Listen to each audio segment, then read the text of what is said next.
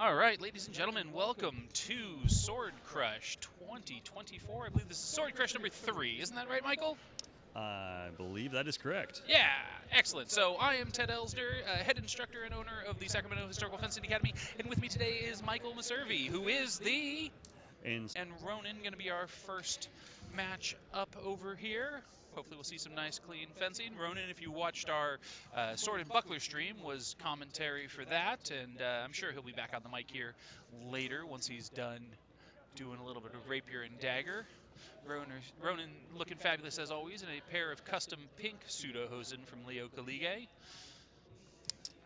He's one of the guys we really love through school. He started with us when he was, what was he, 15, 14 or 15, and, you know, had just grown like 6 inches, didn't know how to control his body, didn't know what he was doing with himself, and it's been a really rewarding experience to watch him turn from, you know, kind of a dumpster fire, to, if we're being perfectly honest, into, you know, kind of upright young man that's starting to really gain a little bit of respect. And what lovely commentary from Ronan we had. Just remember that white is pink and blue is red. Yeah, just remember that and you'll be perfectly fine. What could possibly go wrong? So we've got Ronan Richards from Sacramento Historical Fencing, as Ted was just introducing, and in red we've got Christian Killingsworth from SoCal Swords. So this is another NorCal-SoCal matchup. Nice. A classic. So many NorCal SoCal kind of rivalries going on. You got the classic for people that follow baseball, the whole Giants versus Dodgers, the 49ers versus, who do they have? Who, I don't actually pay attention to football. What do they got down? Somebody. I watch fencing, yeah. Ted. So we got SoCal. Oh, and we've started, and I didn't even start the time. I didn't hear the time start. I do apologize. The on-screen display might be a little bit behind, and in fact is not updating, which is not a good thing. Why is that happening? It looks like I saw a cut coming in from Christian there. It looked flat to me, but the judges may call it as good. Oh, possibly a double exchange. I didn't catch what they said, so we might be a little bit behind on the exchange. Totally fine. I don't need to include that. Okay, looks like a strike to the hand from Ronan. Why is this one? Now, one thing about this rule set is the afterblow in this Rapier and Dagger rule set is fully scored, which means that if one fencer strikes, their opponent can strike after and still gain points. Ronan managed to get that figured out here in just a second.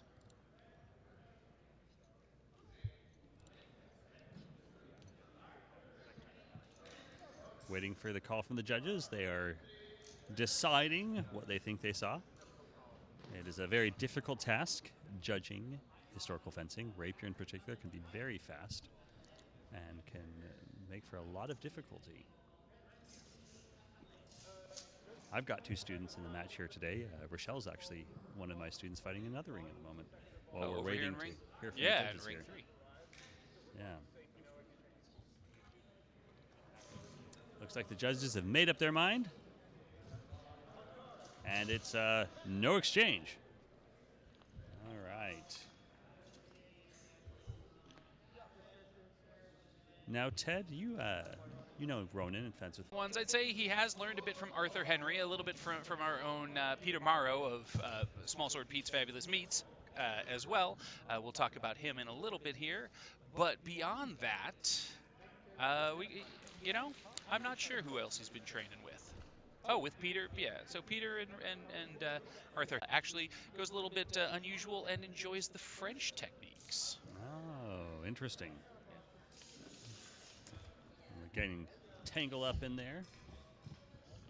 Christian and Ronan. Oh, that was an attempt at an incrotata from Christian. It doesn't look like it landed. Which might suggest that Christian... That was a double on that last exchange, leaving Ronan still with a 1-point lead in this match. It's 1-0 in Ronan's favor. Ronan slinging that sword around like it's a... Christian closing leg, which I believe will result in a total of 2 points for Ronan with the score differential there. And we're going to lose our audio for just a second. We'll be right back.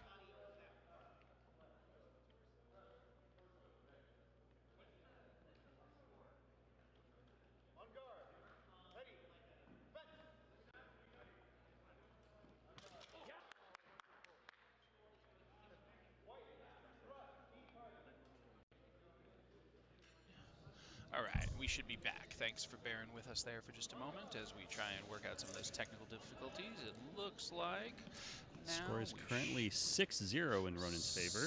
6-0. Excellent. Go, Ronan. Ronan trying some interesting and different things. Christian nearly landing a thrust there, slightly passe. Christian looking for Christian, almost driving him out of the ring, and there he is out of the ring. Did the strike land first?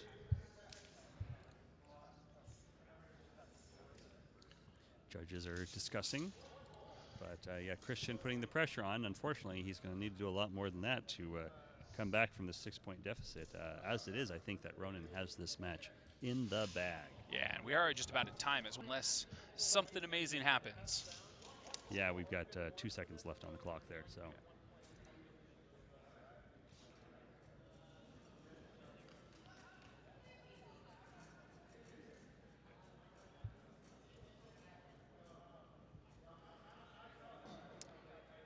Table is figuring out what to do here.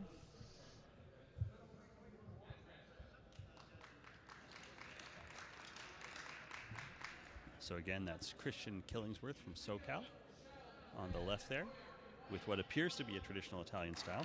Oh, they did penalize Ronan for the ring out, but Ronan still is going to win the match here, 5-0.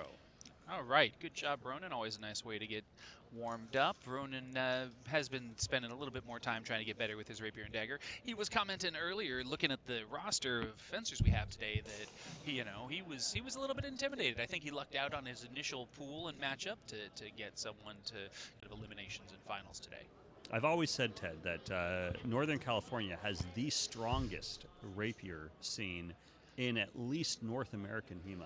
Oh, absolutely, right? Well, we're so fortunate when we've got someone like Robert Childs, #1 in the world, local Arthur to us. Henry Number 2 in the world, also local to us. Valdez in red with the red armband there. He's wearing blue. And then Ross Walton, who has the white gloves and black jacket. All right, let's get that updated in here for And us. Hoshea is from F3 Sword Academy, which is from Berkeley. Yes, F3 is from Berkeley. They started out as a fellow Meyer club. They've evolved kind of in their own time into a lot of side sword, honestly, out of them. They love that there and have some really impressive people in their own right. And so that's another Bay Area club. And then Ross Walton out of Tossetti Institute of MMA and Fitness. And they're another Northern California. Tossetti's over on the peninsula. They are a club that mostly has specialized in Italian longsword, a little bit of Italian rapier as well. They do a little bit of German, but you know, you go to their facility, they got a lot of the classic kind of imagery on the wall. Actually result in a hold. They should be continued and ignored. Yeah. That might be a little bit for the judges to remember. In the processes. Don't call hold on that. They have watched the exchange. Yeah. And I do apologize for those who are watching at home trying to hear what the ref is saying. Makes it really hard to call that match. Yeah. That exchange. Both waiting from Hoshea. Yeah. But I'm not sure if it landed. Okay. Looks like we got white thrust to head, I think that's what we said. Okay, so Hoshea must have missed with his thrust. Thrust to torso, I think they said. White thruster to torso. Oh, excuse me. Is that, yeah, white is on the right here. That's right. That is now 3-3. Yeah. There we go. Probing from Hoshea there. Tentative in their actions. Oh, nice little two missed thrusts. The question. They both went for the leg, but I'm not sure which, if either of them, landed it. Yeah.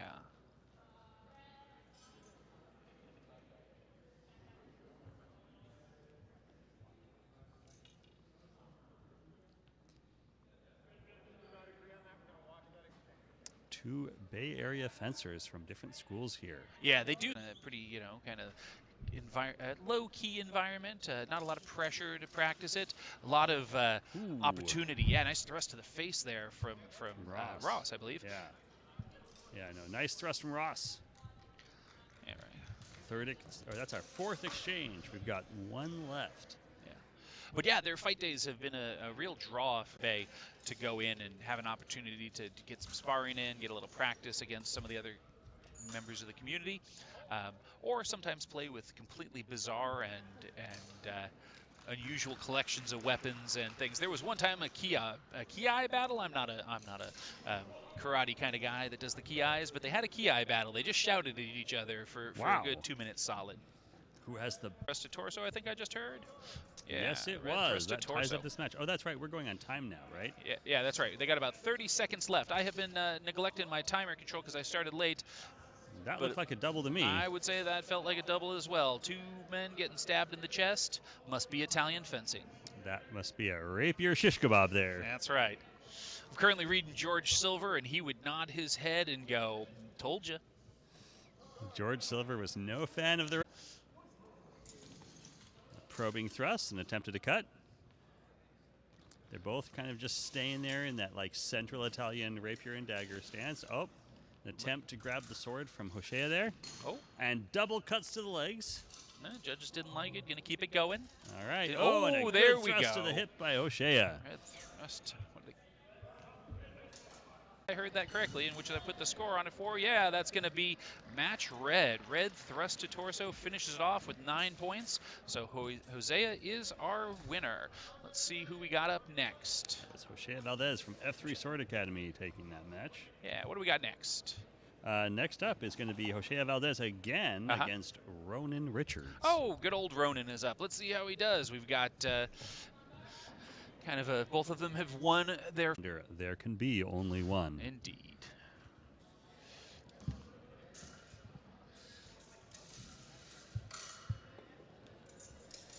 Looks like we have a wardrobe malfunction over there for Ronan that is being corrected.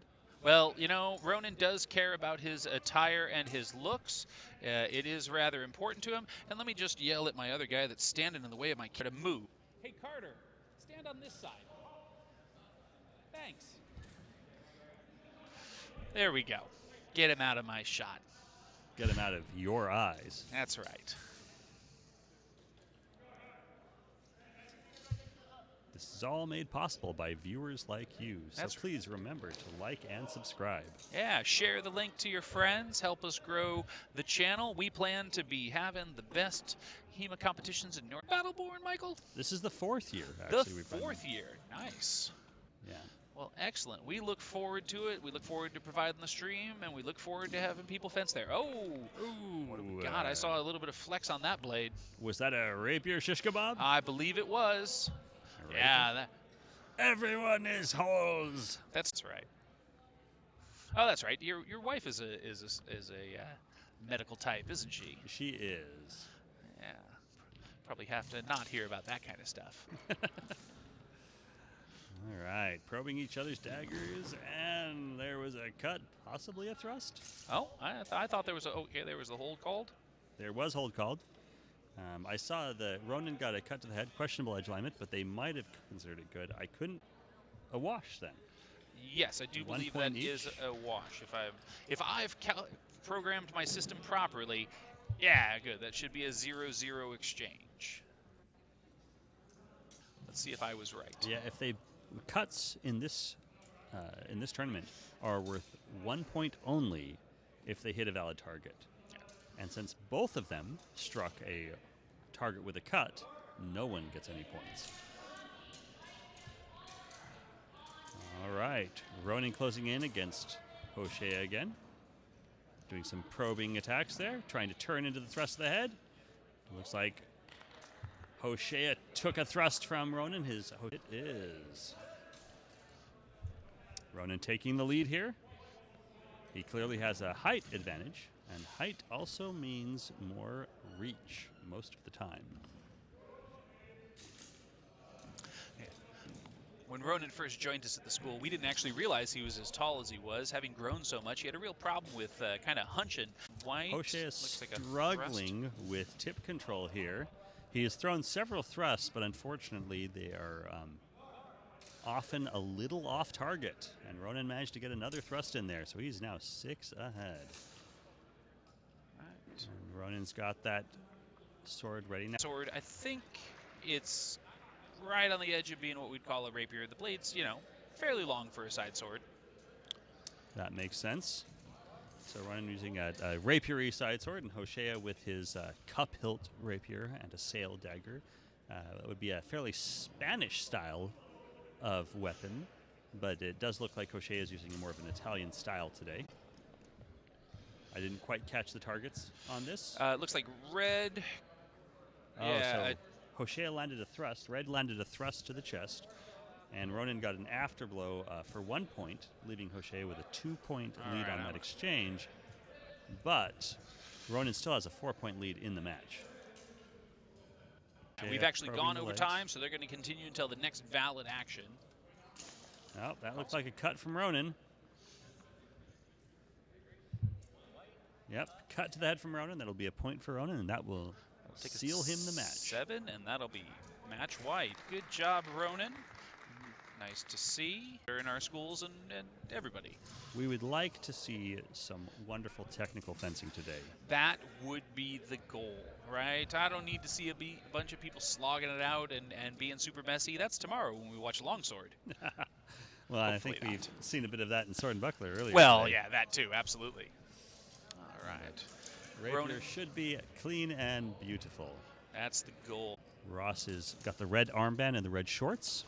Ronan again in the pink pseudo-hosen, provided by Leo Caligay. Did I pronounce that correctly, Ted? Yeah, close enough.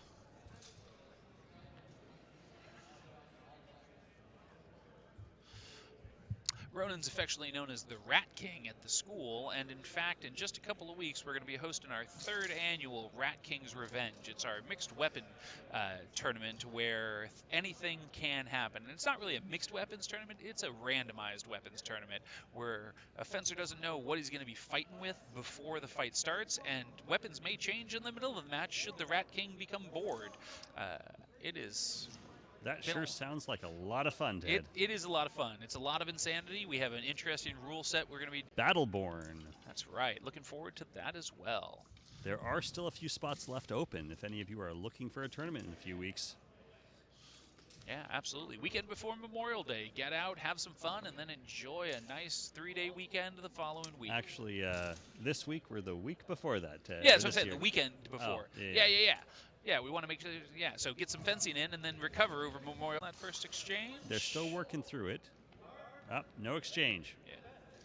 No exchange there. The fencers are back at it. And Ross, I think I saw a cut from Ronan, but may not have quite landed. All right. Ronan trying to work in that point. Well, there was the cut to torso. It looked like it may have been upper thigh. Ronan, unfortunately, couldn't quite get his point in on that one. Ronan going to the middle of the ring. That's good. Trying to take control of the ring. Some nice blade engagement.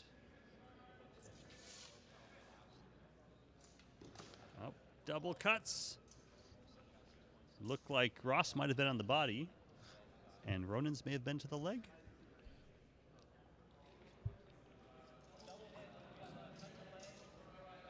Oh, his arm. Okay, so we're calling a...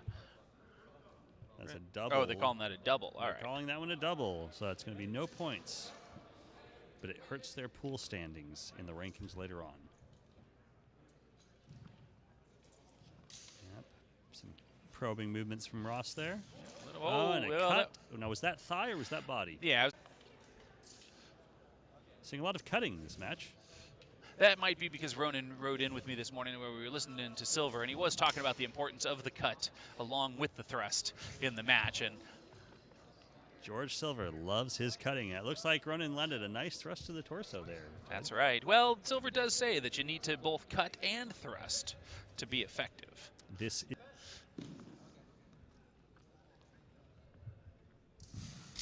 All right. Cut to the hand, perhaps, from Ronan. Yeah, beforehand. Yeah. Yeah, it looks like we got a cut to the hand before the thrust managed to get in there. The question is, was the thrust in time? Yeah. White cut to arm. It was not. That thrust was too late, so that is Ronan's point. All right, we got about... But really, who's watching the time when people are swinging swords there, Ted? I'm just saying, because we're between, they might be looking at the time right now thinking about it. That's true.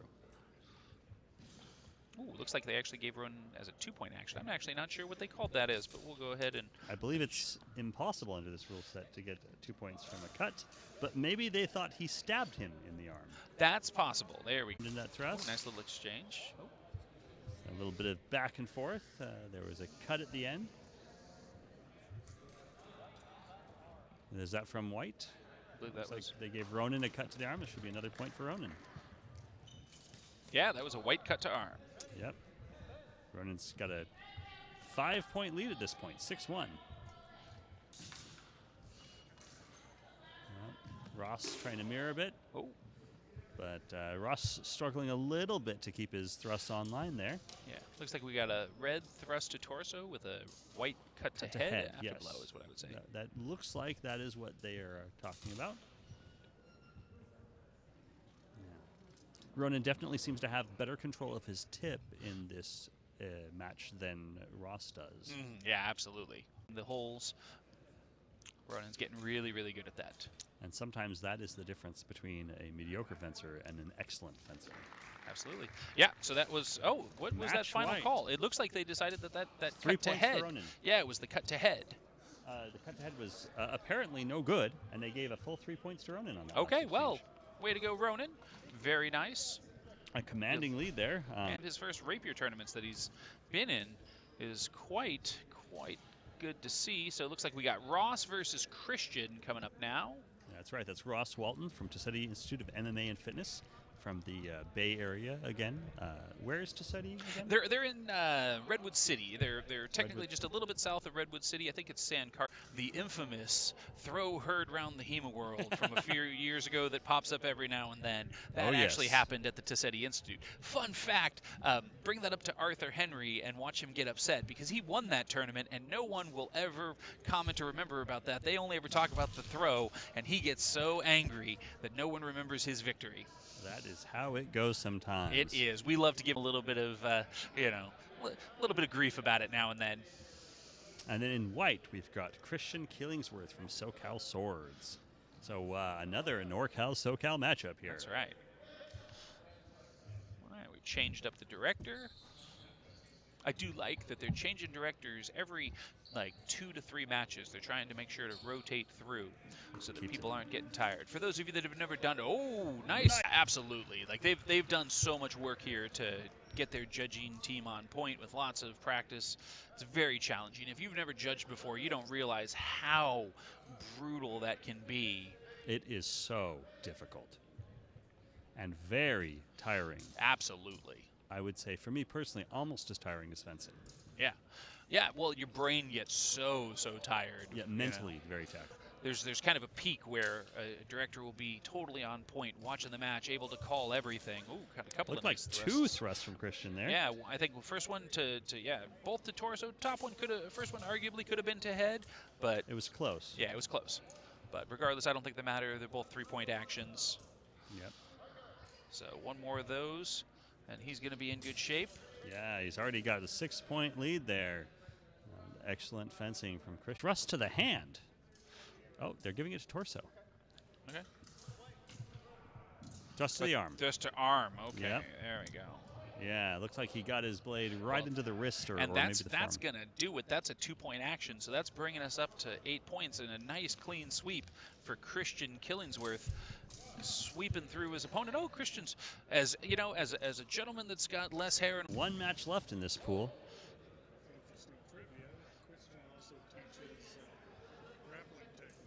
Oh, excellent. We just found out from Small Sword Pete that Christian's also well known for his grappling technique instruction. So a man that likes to do a little bit of wrestling. That's great, and fortunately he's had the restraint to not try to today. I'm sure people appreciate that in Rapier and Dagger especially. Not really a sword or weapon that's known for its grappling techniques. Though there is quite a bit in single sword rapier. Yes, absolutely. When you got that second hand free, it makes a lot more sense. But when, you know, you're sitting there fighting with one dagger in hand and a sword in the other, not really the best grappling time. Hey, Ronan, welcome back. Ronan's going to be joining us here for the commentary just as soon as this pool ends, and maybe we'll hear a little bit about his experience. And then we'll switch over and watch one of the other matches and pools in progress until we have a fresh pool start. We won't be providing full commentary when not from the start of a pool, but we'll definitely make sure there's something fun for you to watch.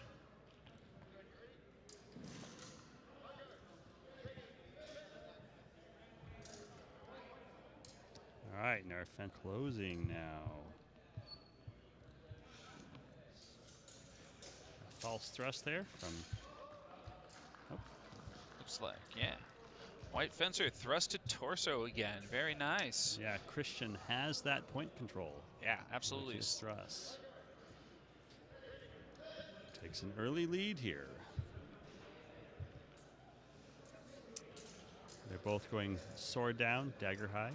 That refused guard child, yeah, so Rob used it. really favors that high dagger, low sword. Yeah, used it to such great effect that the local community has really seen and copied it.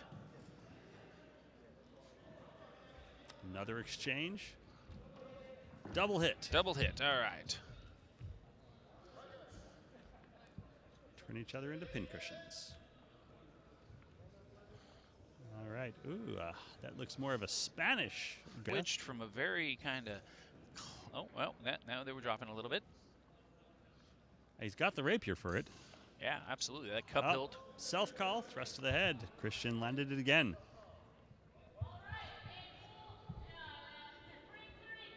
Christian landing those thrusts, and that really is what rapier is all about. That's right.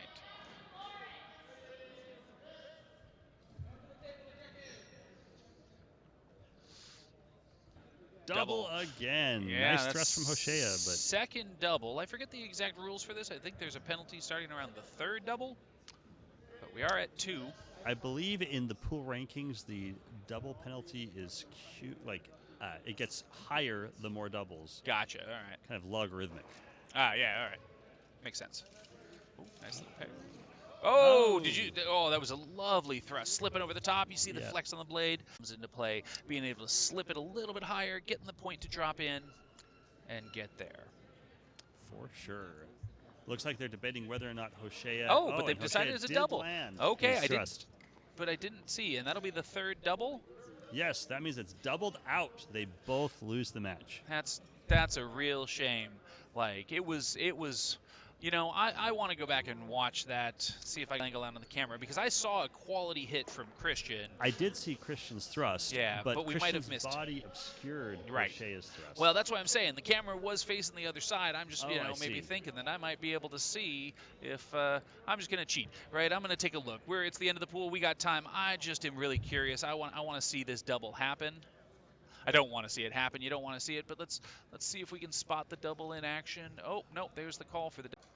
All right, here they come in for, I think this is going to be the exchange. If I'm looking at it right now, those of you following along at home, just back the video up. You can do the same thing I'm doing right now. I just want to see that exchange.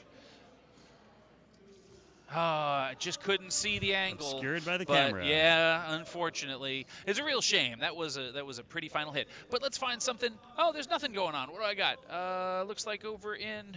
Looks like we have some new pools that'll be live. Not talking about it. That'll be fine. Yeah, let's watch over here on Ring 3. So is that going to be Pool 6 for us? I believe this is Pool 6 happening over here. Anybody recognize anyone in that pool? Where's Alec? Is Alec hanging out over here? I think Alec's going there, so that's got to be Pool 6 here. What's the name of anybody in this ring right now? Who's up? Who is it? I don't know. Arthur, is that your pool? What number is this? What number is this? Pool 5. Oh, it is Pool 5. So this must be there we go. Aaron Yang versus Jesus Gonzalez. All right. Well, let's get caught up. We join the action already in progress. And that's Aaron in red. He's got the red jacket. And he's fencing out of F3 Sword Academy, which is in Berkeley. Yep, Berkeley. And Jesus Gonzalez from On Guard Fencing. He's local. Oh, yeah, they're the runners of this event. All right. And what do we got to case. It looks like Two we're more Bay Area fencers. I didn't catch the first action, but it does look like It's Jesus. 1 point for Jesus. Yeah, is up by 1. That should not be 8. Why did my score not? And that was 2 points for Aaron on that last exchange. All right. 2-1 now. Oh. Sometimes this is referred to as gunslinging. Yeah, you want to step in so I can actually hear the judges? Excellent. So here, pop on in. Get a seat. Ronan is back. Thank you. All right, I am back. Do fantastic. I took out all 3 of my opponents. Excellent work. But we're watching this match between Aaron Young right now and Jesus Gonzalez. All righty. Looks like Aaron is schooling Jesus at the moment. It's 7-1. Aaron using an Italian style. Yep. Withdrawn guard. But looks like Jesus may have landed a thrust to them, calling that thrust against himself. Just let Carter know you talk to me and set it off on the side. Again, both of these are Bay Area fencers here from Northern California. Local to the region. Oh, looked like a missed thrust from Aaron. Stab me if my and that one connected. Now the question is, no, it did not. It looked good from here. I do believe the judges did not see that thrust. Another parry thrust. And another. Oh, and it looks like, yet again, no action here. We're back at it. Now there we had a thrust that landed. Aaron got another thrust to the head. Is going to be 3 points. Now the question is, did Jesus land his thrust? I'm looking to... Oh, it looks like we're calling... I can't... F3 Sword Academy.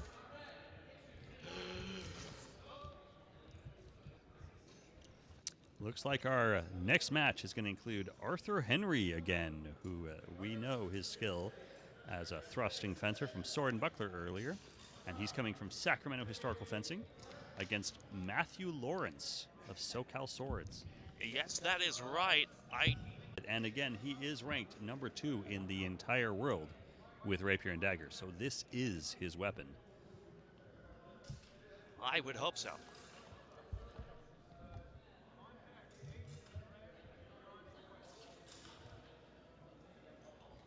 Sounds like that is being called as a double. Not a promising start to the match. That call was a bit on the fence. It could have been torso. It could have been leg. It is a double. Double it is. Not a promising start. Arthur probing. Oh, Arthur did get a thrust to the chest, but it may have come a bit too late. He did have a cut to the leg. The judges are debating it. Sounds like the afterblow may have been out of tempo. Entirely possible. We do have to keep in mind that Rapier and Dagger... 1 point. I guess he had a cut. I see. Now that was a good thrust from Arthur. Solid thrust to the throat. This event is a little bit more difficult to judge than missing something or other. Another thrust from Arthur. Right down the middle. This is what Arthur is good at. And just like Sword and Buckler, we're seeing a lot of thrusts straight down the middle, just like you said. Oh! Looks like a double to me, Michael. Yes, it does. Second double. An afterblow. It doesn't cause the double penalty that you get. That's right, Michael. I figured that out fighting a Black Tiger fencer earlier. Big fan of the afterblow. And the afterblow is fully extorted in this tournament. Yep. Thrust straight down the middle to stomach. And it has been called as a thrust to the arm, but that is enough to give Arthur the win. That's Arthur Henry from Sacramento Historical Fencing. Took that match. Jesus Gonzalez from On Guard Fencing. It would seem that Arthur Henry is a bit perturbed by the directing at the tournament at this time. We'll see if that continues. Rapier is a difficult weapon to judge. They do a lot of rapier here at On Guard. You see some good exchanges between Arthur and Jesus. Currently, I'm unfamiliar with the style of fencing that Jesus is most familiar with. Let's see how this plays out. I believe they're giving Arthur his rest time since he just finished a match. Arthur's taking his nap. Looks like we are ready to begin.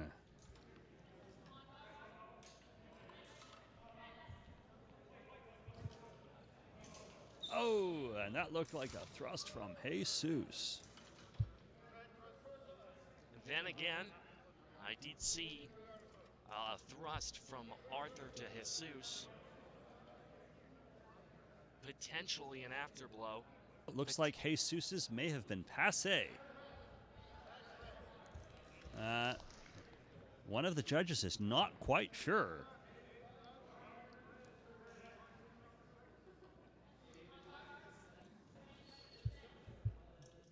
Looks like Arthur has a 3-point lead currently. And they're going back in. Oh, thrust from Jesus. Looks like he parried the afterblow from Arthur there. So, I probably would have called that torso, but we'll see what the judges call it. It would seem that the judges have recently suffered a concussion. Both seem rather confused. They're calling that no exchange. They're not sure about quality. Possibly a cut to the leg from Arthur? Thrust straight down the center. I may have had a better view on that. Rapier and Dagger.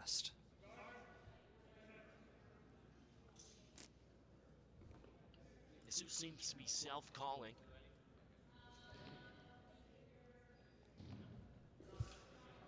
Good honor for Jesus. Yeah, now I'll say, whatever you think of the fact that all of the judges come from On Guard, we definitely do not seem to be seeing any sort of bias in favor of Jesus in this match. They're doing... It seems that otherwise, the judges are very partial. Oh, I saw you land some hits there, Ronan. Shit, they're fair. Was that going to be a match for Arthur? I missed that last exchange. Oh, no exchange once again. We get to go again. 1 minute left on the clock here. There was a cut to the head from Arthur, and that may be enough to give Arthur the match.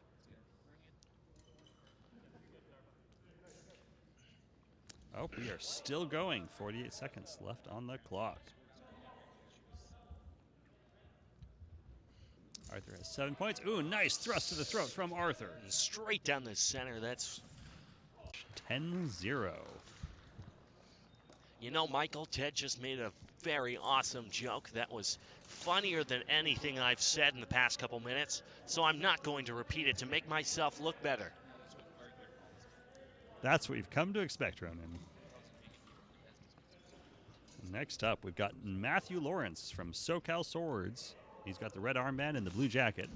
And we've got Jesus Gonzalez from On Guard Fencing. He's all in black with white shoes. He's the white fencer.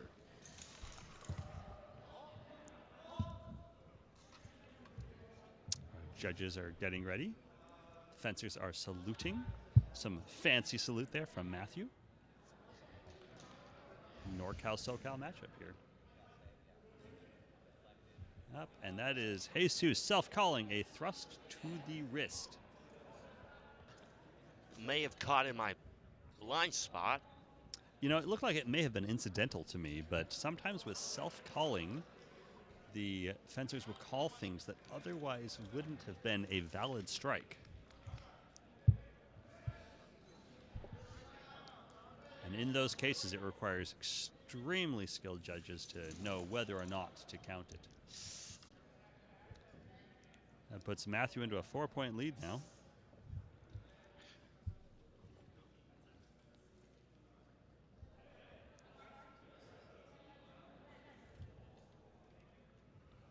Yeah, Matthew definitely taking a more traditional Italian approach. Ooh, cut to the leg with a feint to the head. I was waiting until I'd see it. Parry with dagger. And so those legs become a tempting target. Though it is important to note. Sorry.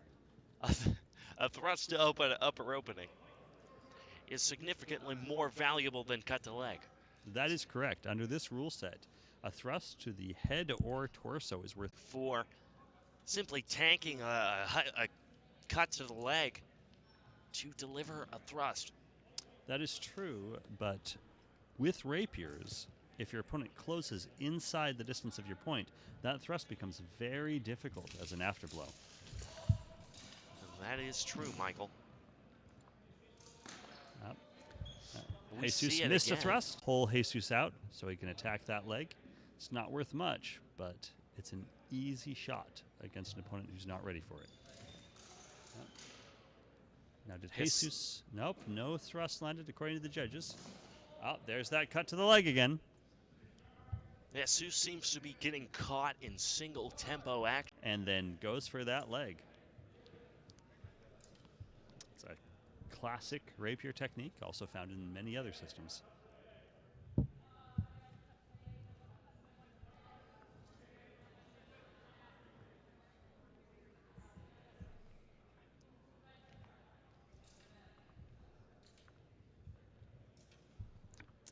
That's Matthews up now 7-0.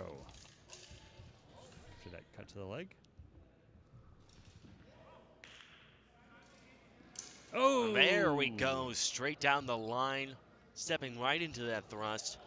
And it was a double! And it was a double. They both just walked into each other's points. Or leaped into each other's points.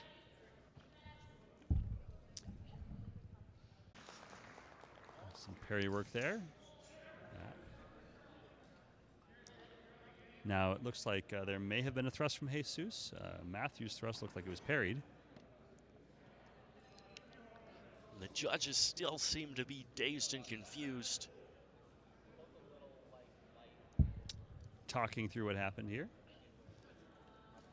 Like you, dear watchers, we are eager to know how this will be called.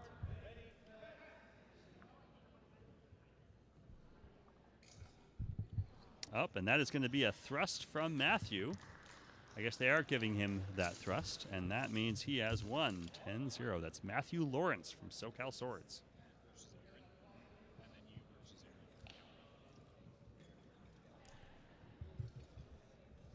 It would seem that we have 2 more matches.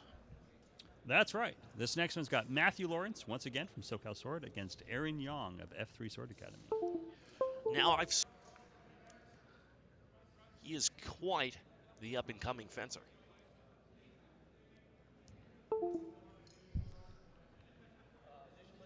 Matthew again from Southern California, Aaron from Northern California.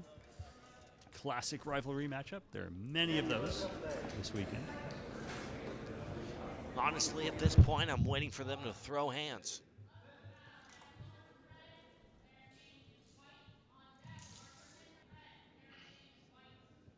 Matthew in the blue jacket and red armband. And Aaron Young is the white fencer with the white rapier glove.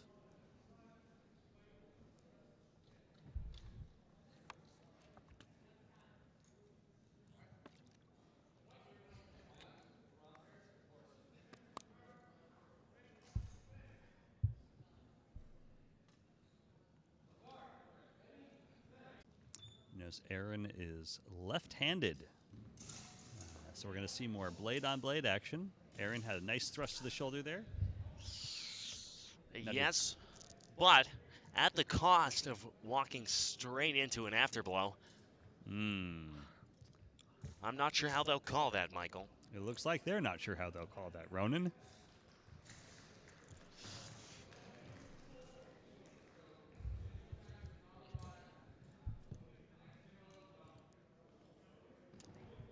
And it looks like they're calling that a double.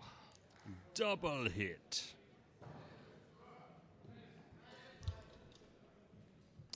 Once again, the idea is to stab and not get stabbed in return.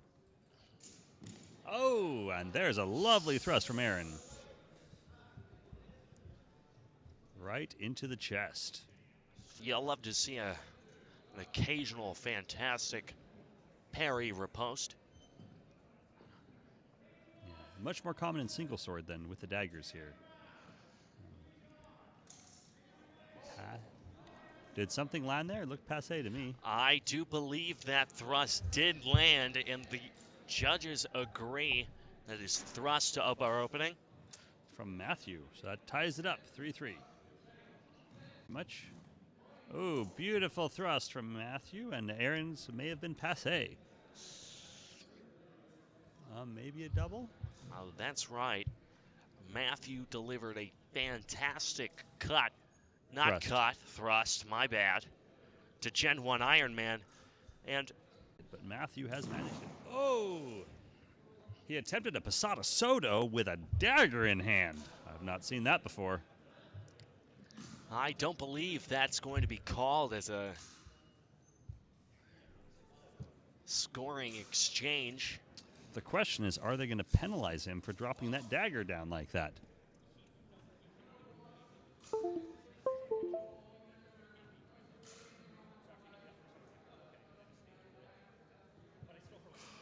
They are washing the exchange. No points scored.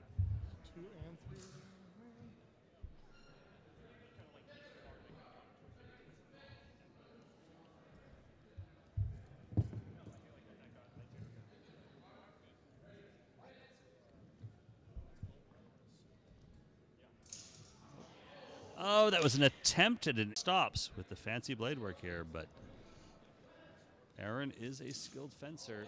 Oh, thrust from Aaron. Possibly a double or an afterblow?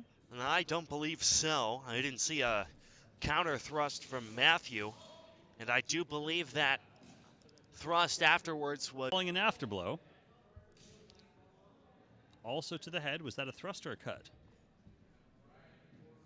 That was a thrust, so that's going to be no points scored on that last exchange. They both stabbed each other. One thing Matthew is forgetting is that his opponent is left-handed, and so techniques like an incortada will not work as well against a left-handed opponent. For that cut to the leg. If they get another, they are both out. Little attempted beat there. Matthew, dagger attack from Matthew. Those dagger cuts or thrusts are brutal. vicious mauling from Matthew. I wonder how they'll call it. Nobody likes to get shanked.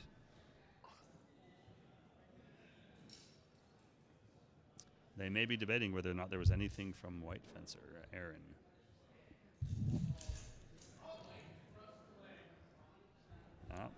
They're saying that that Aaron managed to get a thrust into the leg. It should be worth 2 points, and the dagger may have been late. That's giving Aaron 1 point, I guess. It might have been a cut. Matthew's here. Aaron waiting for his opportunity. Matthew taking on the role of high school bully, antagonizing his opponent. Trying to beat him into submission. And Aaron almost ready to go. Oh, there's that cut to the leg.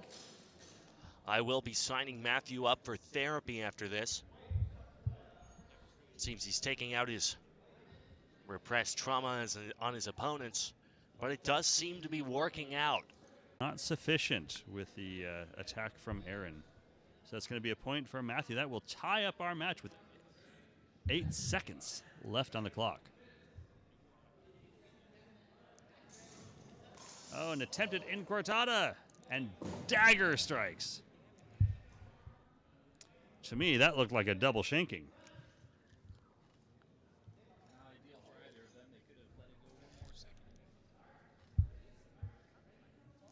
The question is, what did the judges think? Did everyone get shanked, or did only somebody get shanked? I do believe the judges are going to conclude that as a double. Stab me if I'm wrong.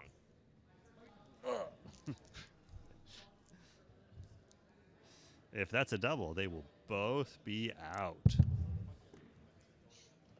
And yet, it's not just for one match, but out of the entire pool, the more doubles you get, the worse your score gets. Last year, when they ran this tournament, some people had more of their score and ranking impacted by doubles than actual matches. Good golly, Matthew.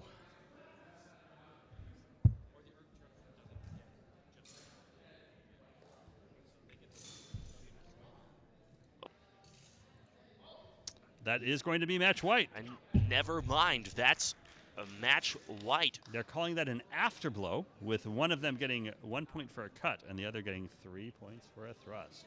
So that means Aaron takes the lead. Aaron Yang from F3 Sword Academy.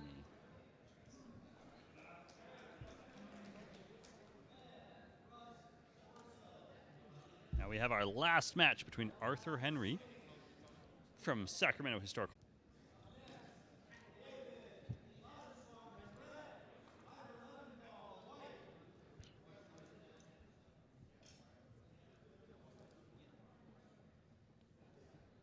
Now, Ronan, you fence with Arthur. What do you think his primary rapier influences are? The Italian school of rapier fencing is certainly the most popular, with most fencers studying one of the major Italian masters. Capoferro is very common, Giganti is popular, and Fabris has quite a following as well. Fabris being a less common style. I do believe, Ted, correct. Sounds like Ted is saying that Arthur uses a syncretic approach to the Italian tradition, combining the different sources, much as we do at the Noble Science Academy. Oh, there's a nice thrust from Arthur after a brief exchange there.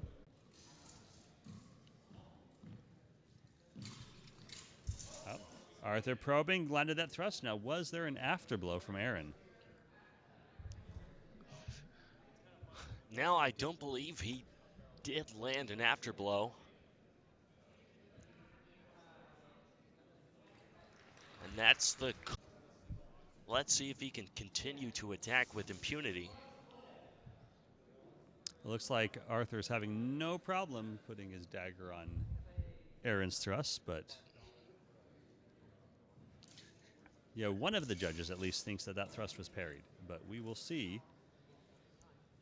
how they come down on this. If he wants to take this match against Arthur. It's too late. And it is too late. Arthur got a thrust in. That is 9 points for Arthur. That's match Arthur Henry from Sacramento Historical Fencing. And I believe that finishes our pool.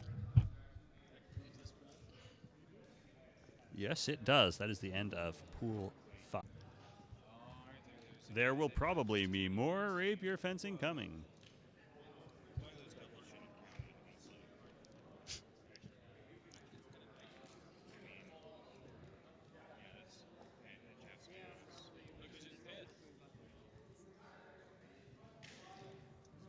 I've just been informed that I've ranked in the top 5, I do believe. Just certainly helps.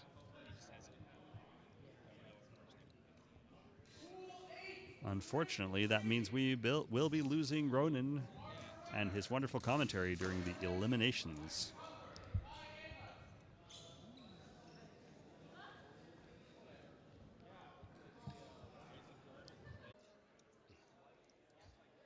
We've just...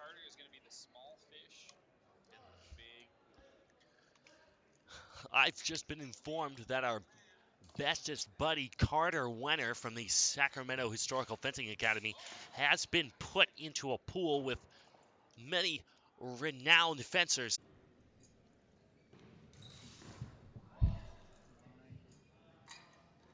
We've got some other fencing going on right now, but we're waiting for our next pool to start.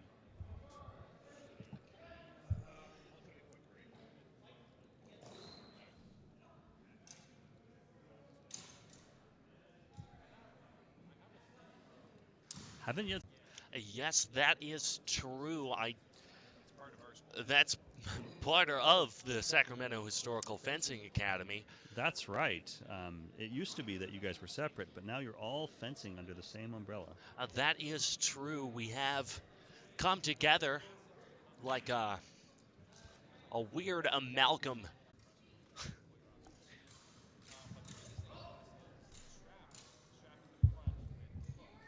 There he is. Next Carter up, Wenner. historical jello making. I would like to see that. I'm not sure I would. Well, we're... Runs Diamond Rose Academy Darm out of Auburn, not far from Sacramento in Northern California. And his opponent is Carter. Is that Wenner or Venner? Uh, it's pronounced Wenner, I do believe. Wenner out of Sacramento Historical Fencing. So, two very close clubs in the central Northern California region. Now, Isaac here uses a late transitional French rapier style, a little bit different than the Italian you usually see. You can see he's holding his rapier fairly far out in his hand there. You probably won't see quite as many cuts coming out of Isaac. Carter seems to be taking the offensive, but gets jumbled up in a series of cuts. Yeah, nice thrust to the head there from Isaac. Now, is Carter using an Italian style there? Yes, indeed he is. Threatening with that sword. Oh, there's no exchange. They're gonna wash it. There was a slap. No exchange on that last one. Isaac retains the lead.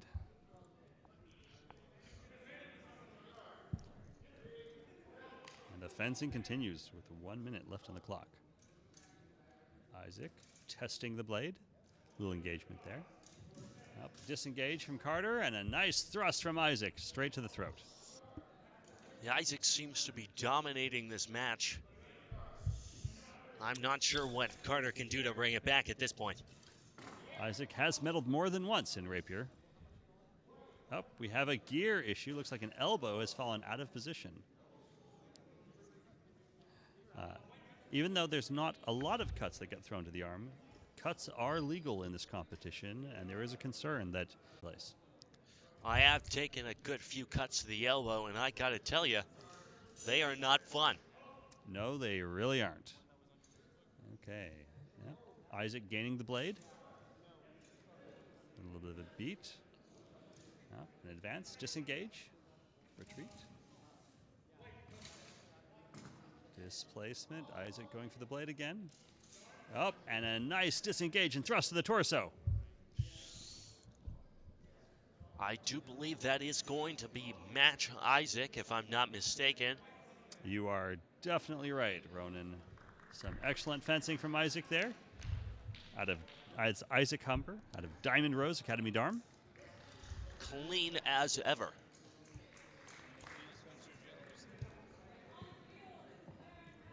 I know that Isaac certainly prides himself on paying attention to the Claire Leahy out of Einhorn, LA, Historical Fencing, against Kai Eva from On Guard.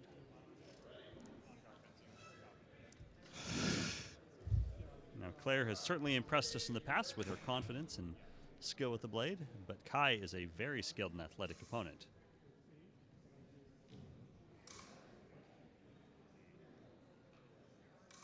Claire presenting that dagger. She's got her right leg forward so that she can spring into action with the blade when she's ready.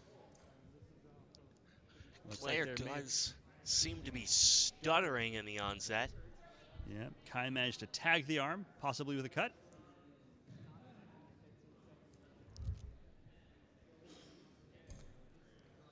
There does seem to be a significant mental game at play. Yeah, that's 1 point for Kai for that cut to the arm. Some light beats, each waiting for their opening. Kai attempting a thrust. Claire advancing. Trying to grab his rapier with a dagger, and Kai may have landed a thrust to the chest. He's waving it off. Good. Really land the blow, but it's nice to see that Kai is showing a lot of integrity here. Once again, Rapier and Dagger is very difficult to judge. Little tap there from Kai, testing out her defense. Cut to the leg, good recovery from Claire. Ooh, and a solid thrust from Kai. Now that was a bit of a messy exchange in my eyes. I didn't see much of it.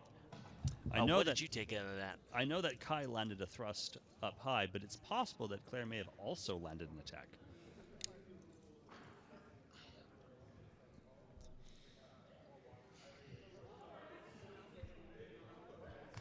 They're calling that a double.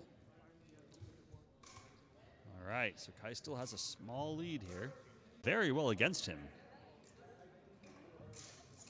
Cut to the head from Claire. Was it good? I did see the cut. I'm not sure if Kai landed something.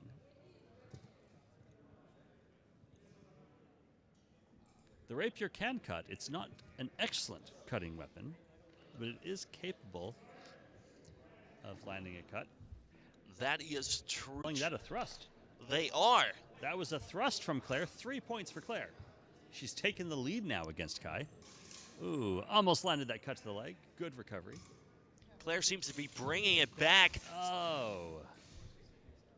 A bit of a messy exchange there. Claire seems to be significantly more confident in those rallies. Yeah, it looks like Claire may have landed a cut to the head. Kai may have also landed a strike. We'll see how this gets called.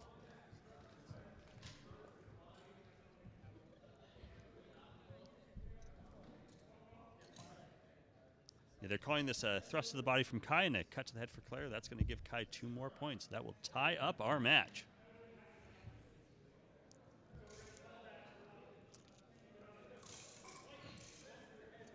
Oh, Claire self-calling an attack to the arm. Was that a cut? I do believe that was a cut. That should bring Kai 1 point ahead with a very close match. Some excellent fencing on both parts. An attempted cut to the head from Claire, parried off. Yeah. Possibly a cut to the arm from Claire. Looks like Kai may have also landed a cut.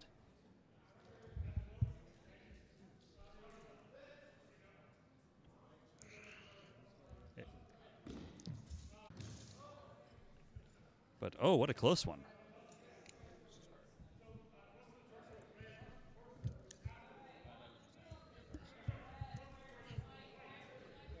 All right, we've got our next fight.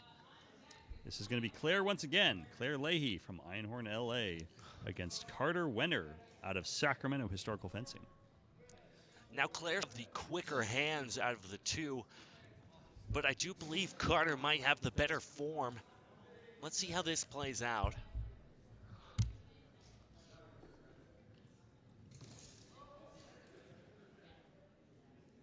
Looks like we may be waiting for the table to get ready here.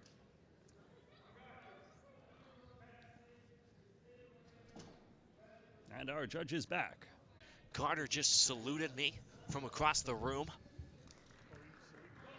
Well, you are such a celebrity, Ronan. That is true. I am hot on my way to becoming a niche internet micro-celebrity. Carter taking an initial jab. Yep, some nice parries from Claire. Claire seems to be feeling out her opponent. Up. Looks like Claire landed a cut in. They're debating the afterblow.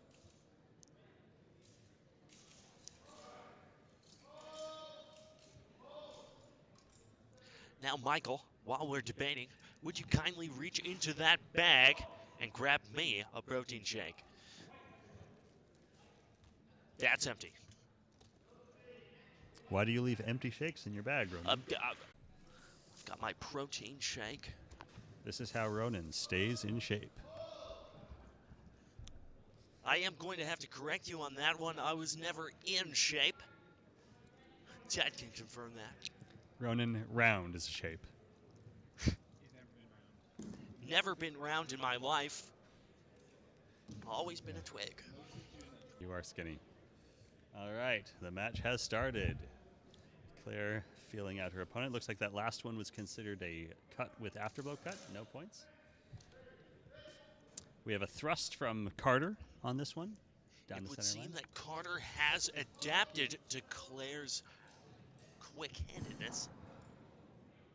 If he can keep that up, I think he might have this. Yeah, 3 points up now. I'm in the head. Now, I wouldn't like to get cut in the head, but the rapier is more known for its thrust game. Squaring off, waiting for their moment. Dagger parries. You know, I had very high hopes.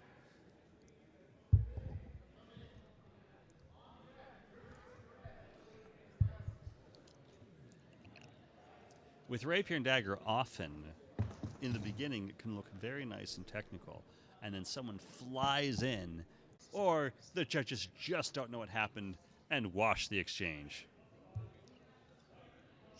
I do believe that most fencers at these tournaments should, at least at some point, crack open some silver. Get a little bit more defensive with it. Now, of course, looks like Claire is trying to get ready to grab that sword with her dagger. Looking for her moment. Carter remaining patient. Okay, she's decided to go sword on sword.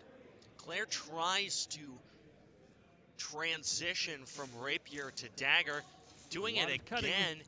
Now, I saw a cut there from Claire. Looks like she managed to get a cut to the head.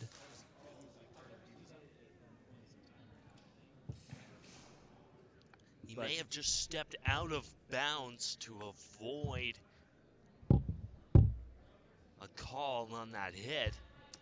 That is possibly correct. That's a ring out on Carter, but he's 4 points ahead, and he wins that match. That is match Carter. Very smart meta move on his part. Carter Wenner from Sacramento Historical Fencing Academy wins that match.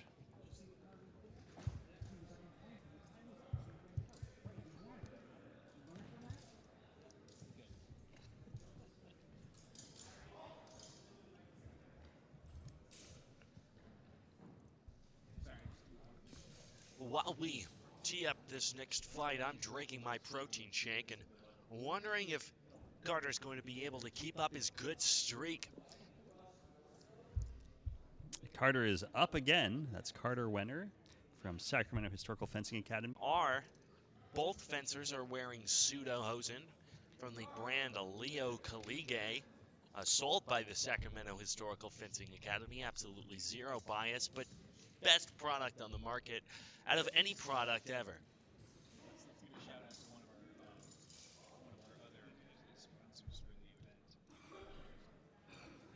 And then in red, we have Kai Eva from On Guard Fencing. Two NorCal fencers, even though Kai has moved north to Oregon. And the match has begun. Kai demonstrating that athleticism again, trying to strike that arm. So far rejected by Carter. More probing. Oh, and a cut to the leg from Kai.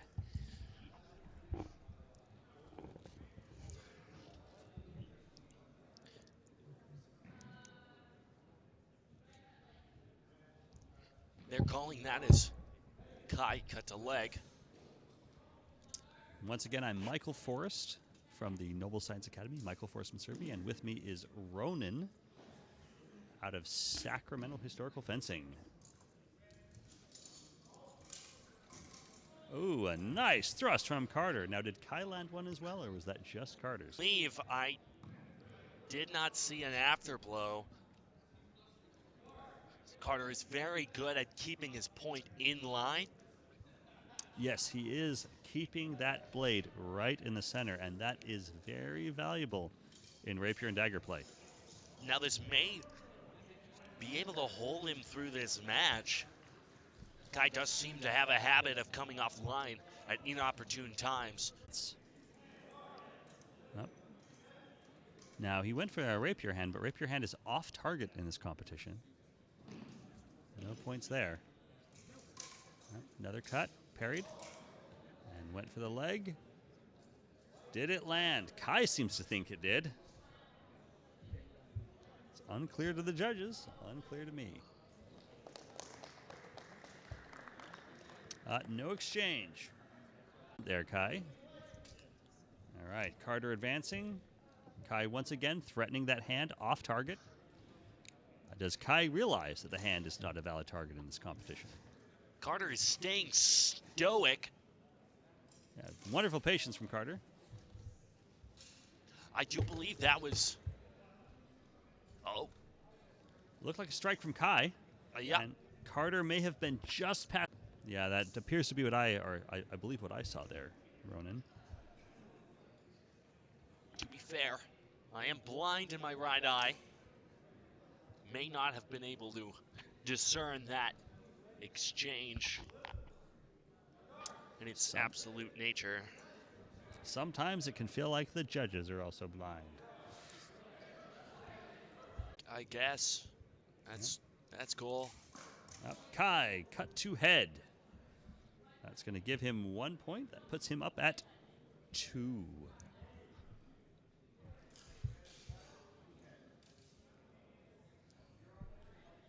With 22 seconds left in the match. Sometimes these matches get just compared to... And land that thrust, and ooh, still nothing. Oh, was that a cut to the leg? Cut to the leg from Kai. That should put him up to 3. Yep. With 3 seconds left in the match,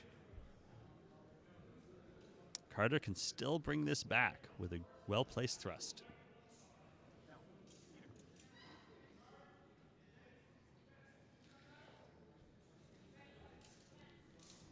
This should be our last exchange. Yep. Possibly a thrust from Carter, but was it sufficient? Well, let's see what the judges have to say. There was definitely a cut from Kai that came after.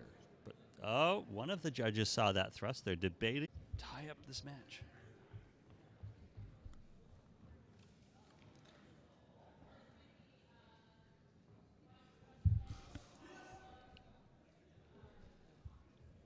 That's going to be 2 points, Carter. They're giving Carter that thrust, followed by a cut from Kai.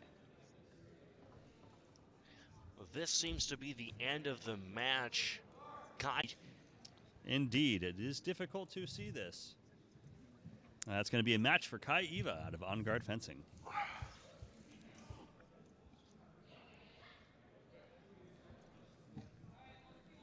Next up, we've got Kai Eva once again from On Guard Fencing. Will be squaring up against Isaac Humber from Diamond Rose Academy d'Armes. The more traditional Italian, very athletic approach. And Isaac taking a more transitional late French style. Not very many rapier fencers use that French style, so it's nice to see something a little bit different. And it has served Isaac well in his matches so far. It's Isaac in white, Kai in red. Now it would seem we have an exchange between a very, very technical fencer and one that's a bit quicker in the hands. Again, we're seeing the same dichotomy between Claire and Carter. Let's see how this runs. Kai definitely has the athleticism. Here they are. Shaking hands. Technical fencer. Now there's not a single ounce of vulgarity in Isaac's fencing. I wonder if he can maintain that composure as he competes. Wonderful display of skill. Isaac refusing the leg there. Probing, attacking. Almost matched.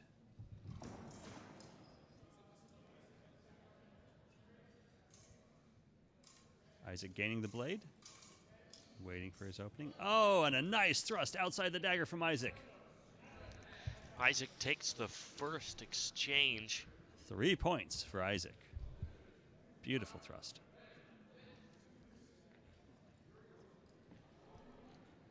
Fun bit of trivia, both of these Isaac, you'll notice style, he guards the outside using his false edge.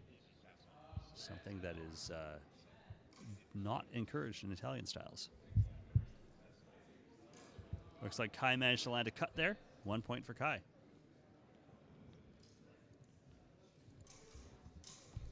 Kai seems to be favoring cuts tonight. Isaac trying to get that thrust in. Kai's strategy does not seem to be working. It looked like that was actually outside the rapier. Isaac has excellent tip control today. Knows where to put his blade. Waiting for his moment. Nice parries from Isaac. Kai cutting in. Kai backing off a little. Oh, and a thrust from Kai. For Kai. Isaac still in the lead. We're at looking 6-4 in Isaac's favor. Isaac probing. Kai cutting in, and Isaac lands one down the center. Straight to the throat. 6 seconds left on the match. It's unlikely Kai will recover. Oh, that's that is match. Right. A match for Isaac Humber of Diamond Rose. Match Isaac. I do have to say, I really liked his fight versus Mark. We have one match left in this pool. That's going to be Claire Leahy out of Einhorn, LA, facing off against Isaac Humber once again of Diamond Rose Academy Darm. Isaac, but Claire has actually been very impressive in her show of skill. She does seem to be favoring cuts, which this rule set does not favor. I do believe that Claire is going to have a bit of a struggle against Isaac, specifically because she has a hard time keeping the point in line. That does seem to be the case, Ronan.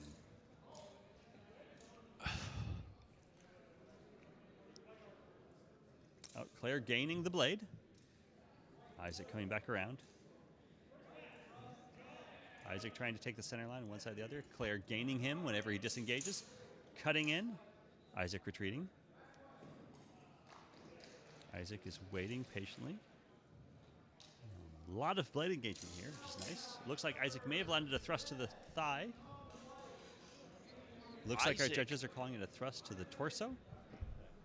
Possibly followed by a cut. For Isaac here. 3 points, Isaac. Isaac going for the counter guard there, gaining the blade.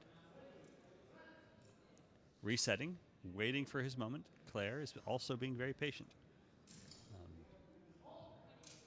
Claire is really making Isaac work for these thrusts. To be backing Claire down. Claire's on the very edge of the corner. One more step and she's out. Oh, she attacks. Looks like Isaac may have landed his point into the chest.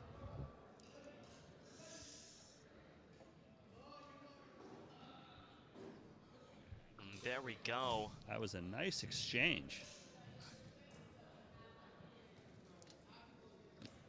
Isaac, I think, is self-calling an afterblow. That looks to be the scenario. Yes, he's calling an afterblow. Isaac is known for being an honorable fencer. If he believes a valid strike was thrown against him, he will always call against himself. So that's going to be a 1 point from Claire for the cut, but Isaac got 3, giving him a 2-point lead on that exchange. So he's up to 5 now. It away. Oh. Passe thrust from Isaac. Pushing her to the edge. She starts cutting in.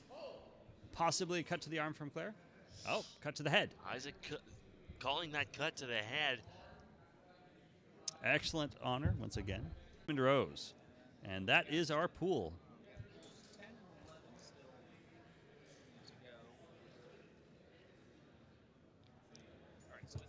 That was an exciting exchange. All right.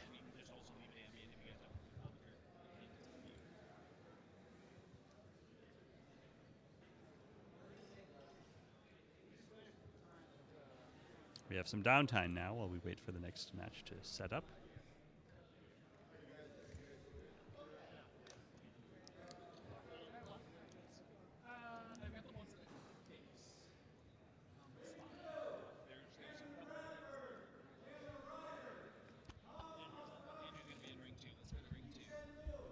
All right, we are moving over to a different ring here. Andrew Bradford in ring 2.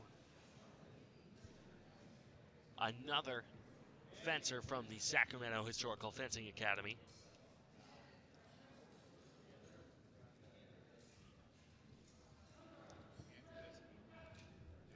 What? It seems that Andrew has rejected the guidance of Andrew. No, I'm Arthur. Which pool are we in here, Ronan? I couldn't tell you.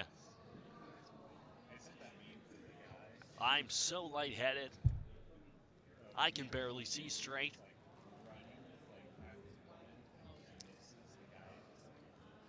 This is when you normally take your nap, isn't it, Ronan? Yes, this is around the time that I take my daily nap. Then again, Watching Rapier and Dagger can make us all want to take a nap. yawn.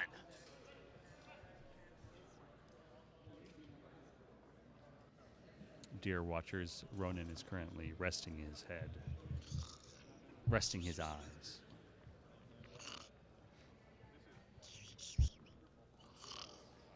But he'll be back when the excitement comes back.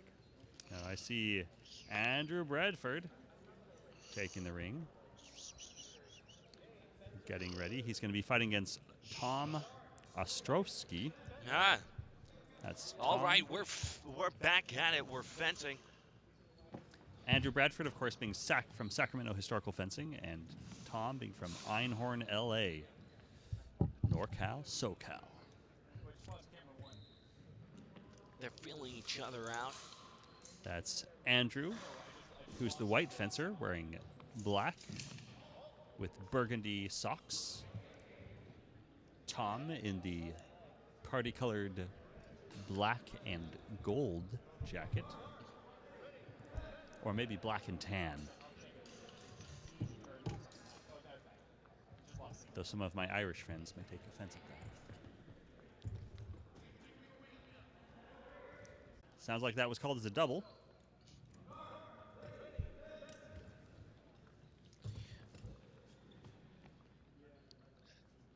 I do believe that Andrew. Trying to knock that blade aside. Oh, Tom trying to drop and go under. No exchange from the judges. They're going to keep fencing. Went for a thrust. Judges think it may have landed.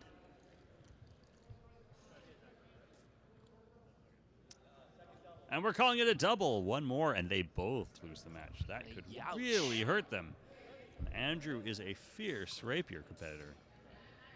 He cannot afford this third double. Oh, and a thrust from Tom. 24 seconds left on the clock. Cut to the leg from Tom. He is haranguing Andrew.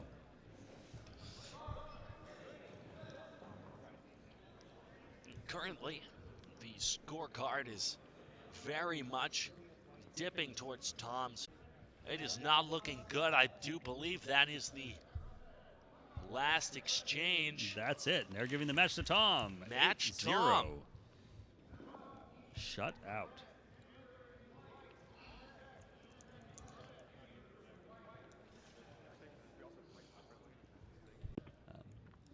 Italian Renaissance is another Northern California group, Ursa, against Einhorn from SoCal.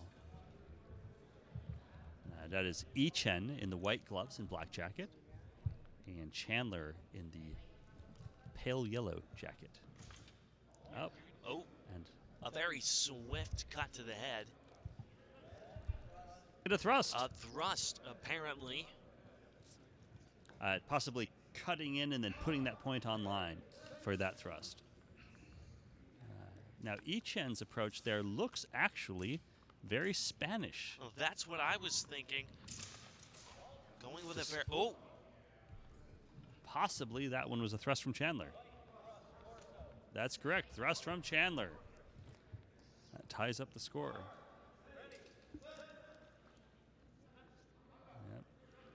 Yep. Chen closing that center line. Oh, that was a very flat-looking cut from Chen, but they may call it good.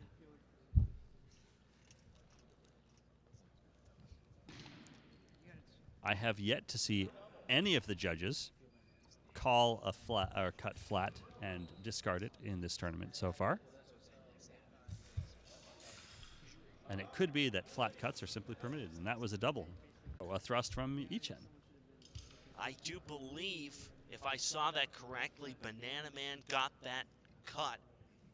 A cut? Or thrust, sorry. Straight down the line without an afterblow. Let's see the judge's opinion.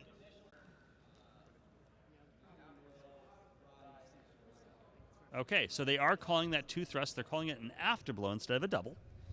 So that is going to be no points for anyone because those were 3-point strikes.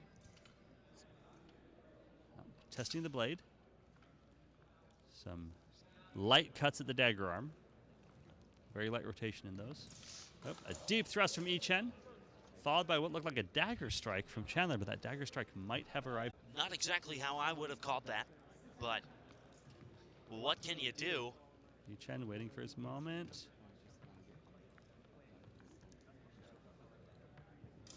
Closing that center line. I couldn't tell if Chandler's thrust landed, or was that passé? That may have been past the dome. The question is, did it go right past our judge's eyes? Well, let's see. We're still deliberating.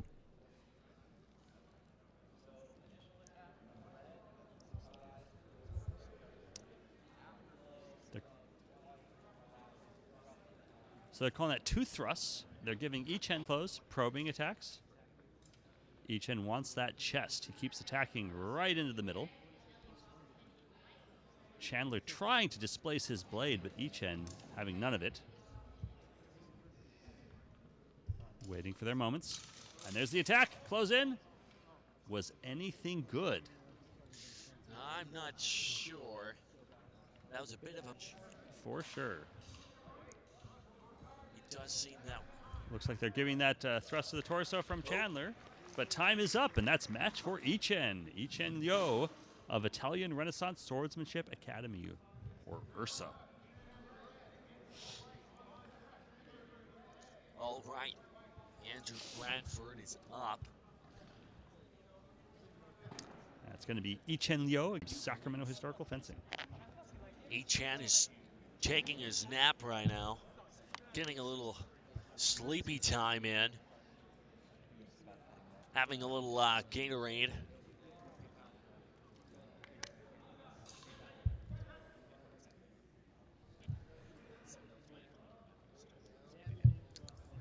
The excitement will resume.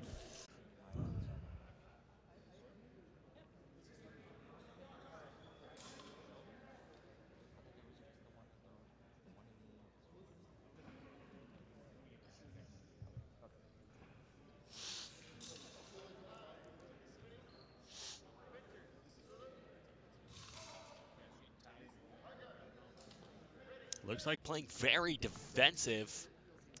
Ichen slowly pushing him back. Andrew looking like he's passe. Ichen maybe as well.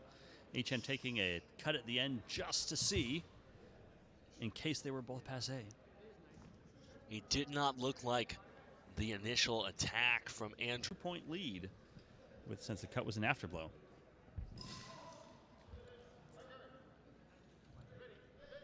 There are no rotation requirements for the cuts in this tournament, so you'll see many cuts with just a minimal degree of rotation here. Oh, nice thrust from Andrew. Very clear thrust from Andrew. Beautifully performed. That gives Andrew a 5-point lead now. Now he's getting inside Ichen's guard. Ichen extending that dagger a little bit more. Wants to try to shut down Andrew's thrust a little more effectively. Oh, it looks like a thrust from Ichen. Double! It would seem that Ichen landed a thrust good enough to destroy that rapier blade. Oh, that is quite a set there.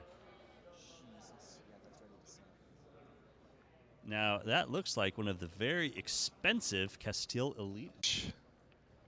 Well, at least we know that that thrust landed somewhere. And that blade does come from one of our sponsors, Castile Armory. And so far, it has been serving Ichen very well in this pool.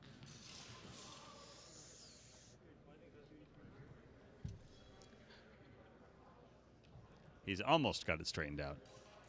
Unfortunately, he's going to keep going. The judges have given the A-OK. Looks like they gave Ichen the points on that thrust, 3 points Ichen. So we're at 5-3 now. Cut to the leg from Andrew, parried by Ichen. They both go in for the thrust. do believe I did. I think Andrew landed that thrust. I did not see another thrust from Ichen land. But what really matters is the judge's opinion. What is it? Inquiring minds want to know. They're saying no exchange. And no exchange. No exchange. Honestly, I do believe that that's a hat. Ichen looking at that center line, waiting for his moment. Up. It looked like possibly both of those were passes, but Ichen's may have just landed. I do believe they're going to call that Ichen cut to head. Ah, cut.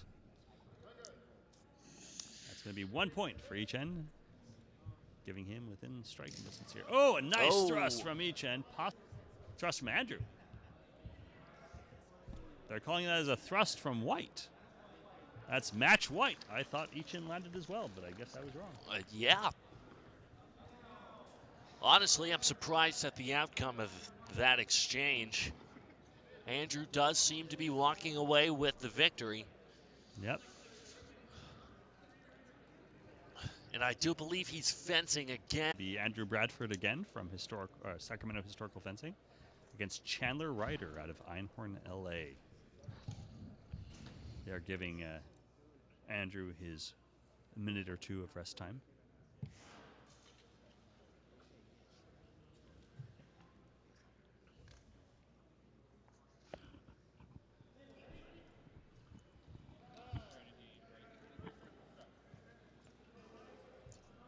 Getting started. And there they go. Oh, immediately getting into a rally. Andrew seeming to deliver a cut to head. It looks like Chandler may have driven his dagger in. Let's see what the judges think. They're saying cut to head. Cut to head. The dagger may have been too late. It's going to give it. Chandler seeming to use that Black Tiger style of covering the outside, keeping the sword low. They seem to be running at each other like two rabid squirrels in the night. I do believe... Oh, they're calling that as a double, I think. No, that was 3 points for Chandler. Oh, okay. 3 points, Chandler. Yep. Oh, and then another dodge, low thrust from Chandler. Did it land? Passe. White got that cut to the leg. That's a cut to the leg from Andrew Bradford.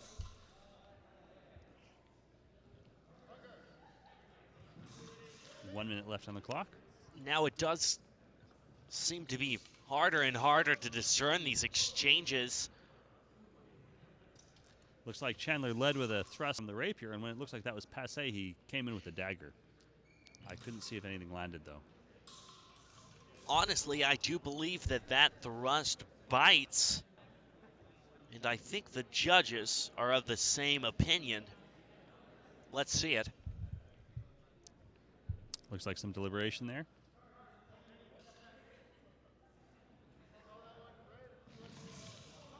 Calling that a thrust to the arm, perhaps? Thrust. All right.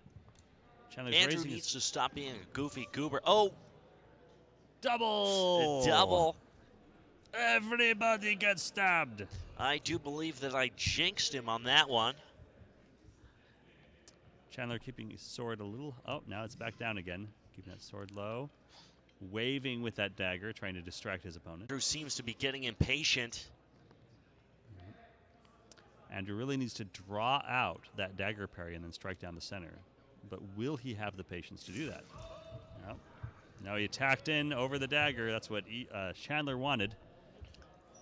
And I do believe that brings it home for Chandler. That will be the match for Chandler. Chandler will be staying in, representing Einhorn, LA. And his opponent will be Tom Ostrovsky from Einhorn, LA. Both of them from the same club. All right. Traveling all the way from Southern California to fence someone they fence all the time back home. whilst I'm very committed to the outcome of this fight. Oh, they just got into a prison grapple. There's one thing about when you pull a dagger in Rapier and Dagger and shank someone with it is if they want, they will always shank you back. On the other hand, Peter has handed me some of his... And you've said please, and your opponent has delivered. You should always say shank you in return. That was a very funny joke. I'm laughing. On the inside. Oh, these fencers know each other very well. Tom pulling Chandler out like Andrew should have just a moment ago.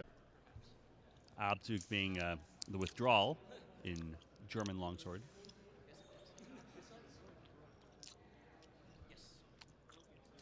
Both them waiting. They close in. Daggers come out. Did they both get shanked, or did only one of them manage to shank? Are excellent. Thank you, Small Sword Pete. Man, I am loving Pete's mates. He's bribing both of us right now. I'm going to need some more meat in my mouth later, but let's get back to this exchange. Tom is in the lead. And I think they're calling that. Oh, what's the call on that?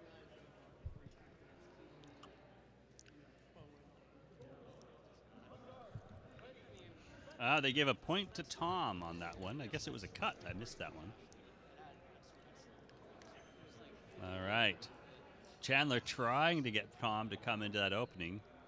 Tom's having none of it. He knows Chandler too well, knows that that is a provocation. Tom trying to find his opening here. Did get the point in.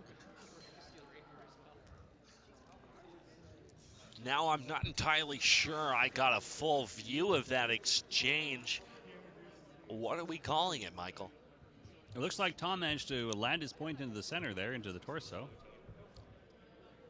I'm not sure. Oh, they're calling that both of them did. Both of our fencers with an afterblow. That's going to be 0 points.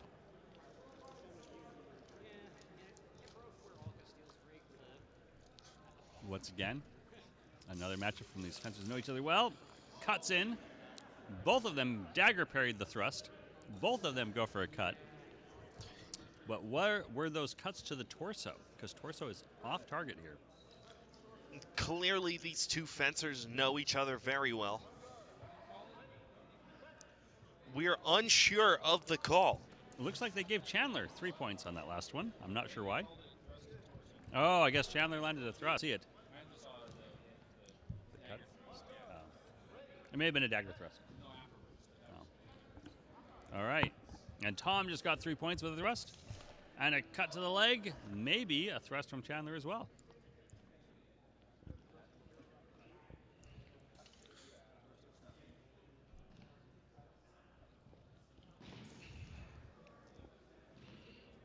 It sounds like that was 2 cuts to the torso, perhaps, which would not be scoring.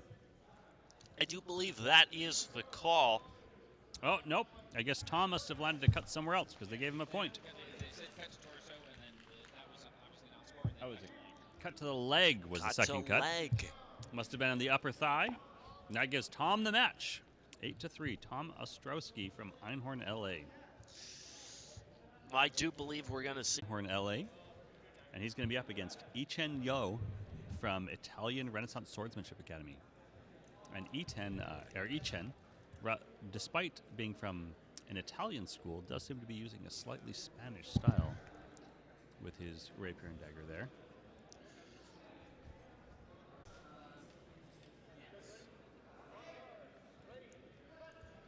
Now, if I remember correctly, both of these fencers have a similar habit of jumping into measure very quickly. And that was a thrust for Ichen. That'll be 3 points for Ichen, right down the center. And they're closing. Ichen waiting for his moment. Tom's got his dagger. Oh! Massive bend on that sword. That Like may have been a double. Tom certainly landed his thrust into that upper opening. I could see the arch of a rainbow in that thrust. It was fantastic. That was a double. Both of them got that point in. I don't care. That was an awesome thrust. Not enough just to stab. You must also not be stabbed. That looked like a double again. Each ends up 6-0. Seems to be. Oh! I didn't see anything that was good there. What did you see, Ronan? I did not see any action of quality. Oh, but our referee is calling that white cut to leg. That's going to be a point for Tom. Dropping his stance a little bit, trying to give Echen perhaps less of a target. Oh, and there's a thrust from Tom. Straight down the line. Now Echen went for a low thrust, and it may have been parried off. I do believe I saw that thrust parried off by our friend Tom. There we go. I do believe that is thrust from Echen. A thrust from Echen with complete impunity. No afterblow, no double. I think that's match Echen, yeah? Yeah, it looks like Tom was just passé. Yes, and that is match Echen, and that is going to for eliminations to begin.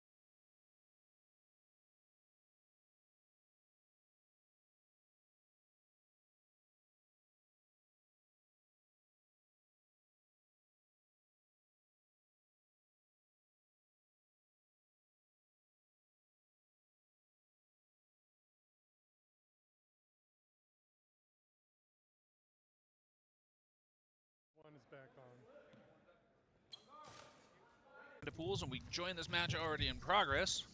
We got Arthur Henry versus Ivor. I'm tired, gentlemen and ladies. I am going to mispronounce names. Leventhal. Hey, Peter, how you doing? We got some. Excellent. That's what we like to hear. I have no idea where the score is at. Let's figure this out. We are at 0-0 with our first double. Oh, lovely. Just what we like to see. Thrust to the chest there. Arthur again from Sacramento Historical Fencing Academy. Very good with that point. Looks like Arthur has declined that one. It's going to be no exchange. Ivor from Einhorn, LA. NorCal, SoCal. Definitely a cut from. That's going to be 1 point for Ivor for that cut. That's all right. Not too bad. Good little cut getting in there. Back together here. See? Oh, there we go. That's like Arthur Thrust wanting to get to his the chest from Arthur.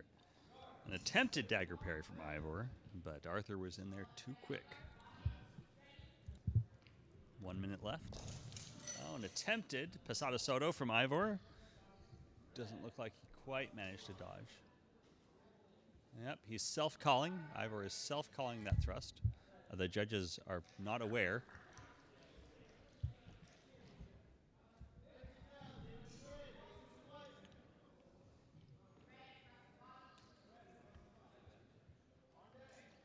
They're giving that a thrust to the arm from Arthur. Arthur disengaging, striking in. Looks like it may have been parried or just short. Another exchange, thrust, parry, thrust, and a thrust to the chest from Arthur. Nice angle on that. You can see the contact right center of the chest, center mass. That was a good exchange. A lot of back and forth on that one. That should be match Arthur. And that is going to do it, I believe. Here we go. Rochelle. Hey, wait a second. Wait a second. Rochelle, she's one of yours, isn't she? She is. All right. This is going to get interesting here in a couple. So we got Rochelle versus Hosea. Rochelle is a longtime longsword fencer. She's fairly new to the Rapier and Dagger scene, but she's been training hard these past few weeks, trying to get ready for this tournament. All right. Well, let's hope she does. There she is, waiting for her moment. A probing attack from her opponent. It looks like Hosea may have landed a thrust. Yeah. They're calling Rochelle's no good. This is Rochelle DeBolt from the Double Science Academy against Hosea Valdez from F3 Sword Academy.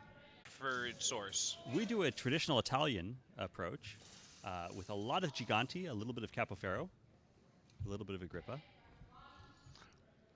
So kind of an eclectic approach to all of the... Yeah, we take a syncretic approach. Syncretic. It's all traditional Italian. Gotcha. But pulling from all the various sources as opposed to sticking to one single. Yeah. Though Gigante and Capoferro were both very similar in location and time.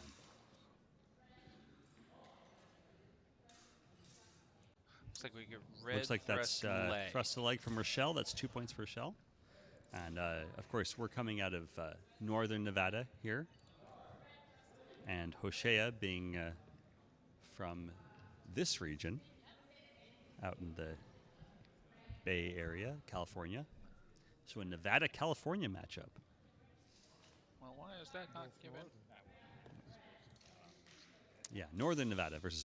It looked good to me, but... looks like one of our judges agrees. Thrust to the head, possibly with a thrust in response. We'll see. For those of you watching at home, sorry, we're just having us a little technical. That's going to be 3 points for Rochelle.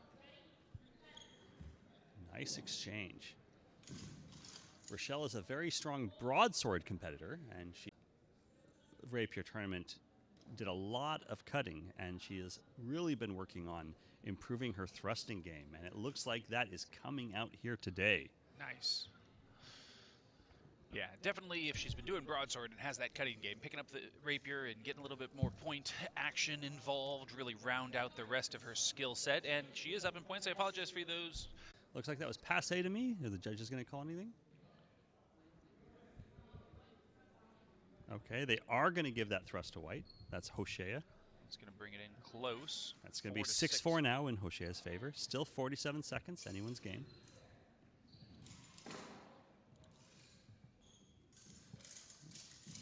Rochelle. Now, Rochelle is using a 37-inch blade here today, which is much shorter than most of her opponents. Most of her opponents, this tournament is allowing 45-inch blades, so most of her opponents are wielding 43, sometimes 44, 45-inch blades. So she does have a that's definitely the case. That last one is called as a ring out against Hoshue, or Hoshea. Yeah. Looks like Rochelle landed a thrust to the chest. Yeah. Silver would be proud. That shorter blade allowing her to get the true cross in place and actually deliver the action. George we've been on a silver kick lately. That's and, right.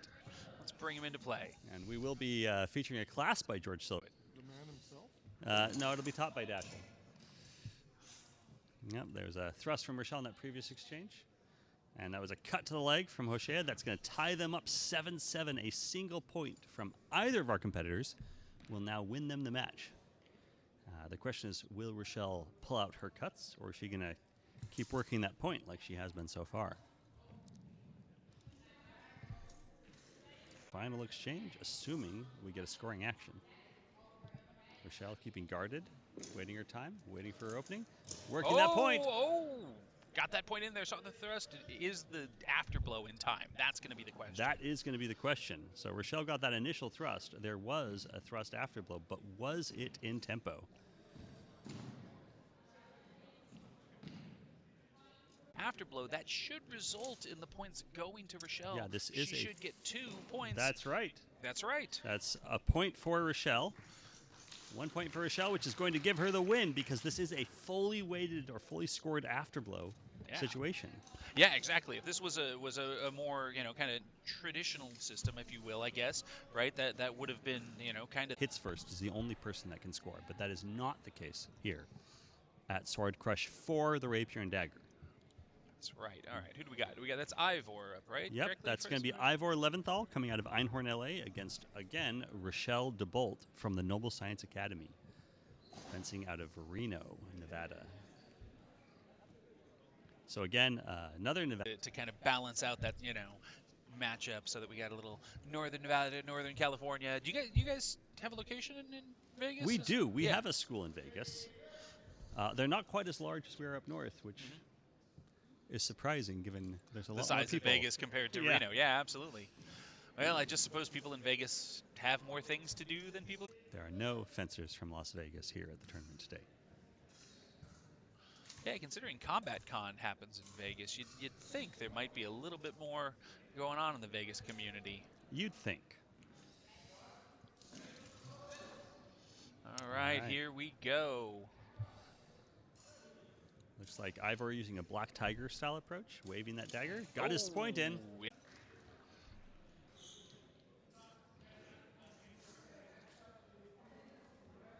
Oh, what do we got?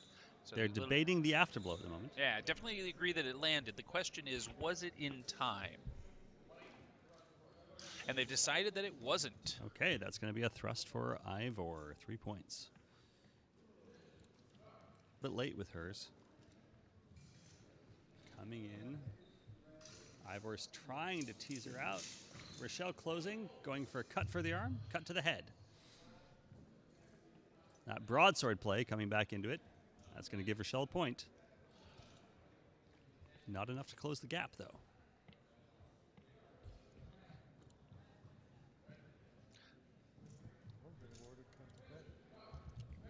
It may work out in Rochelle's favor. Oh, and that retreat and thrust to chest. That was a solid. Yep. That'll give Ivor another 3 points. Yeah.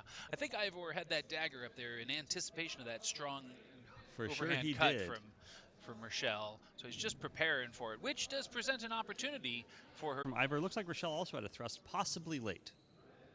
Possibly with dagger. Well, the dagger is scored the same way, Peter, if you can't hear it. Seems like one of them has decided that the thrust may have been passé from Rochelle. So that should be the match for Ivor. That will be white.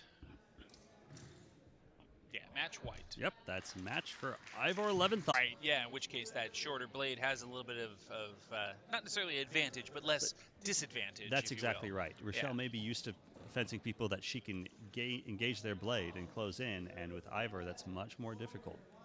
All right, now we have Ivor versus Hosea. Notice that? But regardless, yeah, we'll send one of our people. Yeah. Whoa! Don't break your things. Don't. Oh, it's all right. He's about to start. We'll get it afterwards. My automated system. Possibly Hosea Valdez from F3 Sword Academy against Ivor Leventhal of Einhorn L. Worst in us. All right. Fencers have engaged. Again, Ivor using that Black Tiger style that Rob Childs has popularized so much. Yeah, very popular. A lot of people have seen the success Rob has had with it and try and emulate it themselves, and I'm not going to downplay the style. It is quite effective. Rob coming in with 35 years of Rapier experience. Very few people can match him. What's that? Hosea. Yeah, sorry. Hosea. So we got Hosea. Okay, All it is right. Hosea. It has an H. I didn't see what the call on that was. Did we get... It's a no exchange. No exchange. Thank you. All right. And Hosea doing more traditional. Looks like a thrust right down the center from Ivor into the throat. Possibly with a thrust passe from Hosea.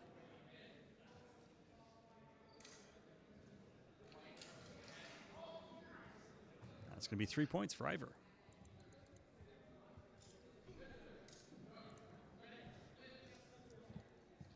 And here they go. Hosea taking the center of the ring. Give him a little more, inviting his opponent to attack over it. Trying to distract the opponent. Oh.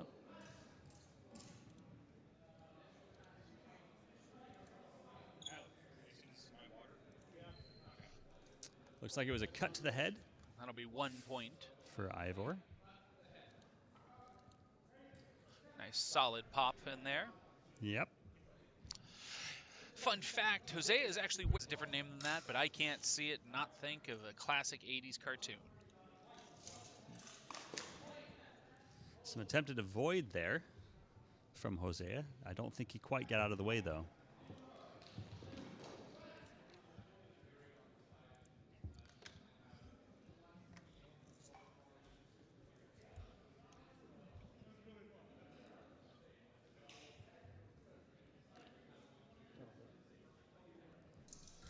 Double, I think I heard.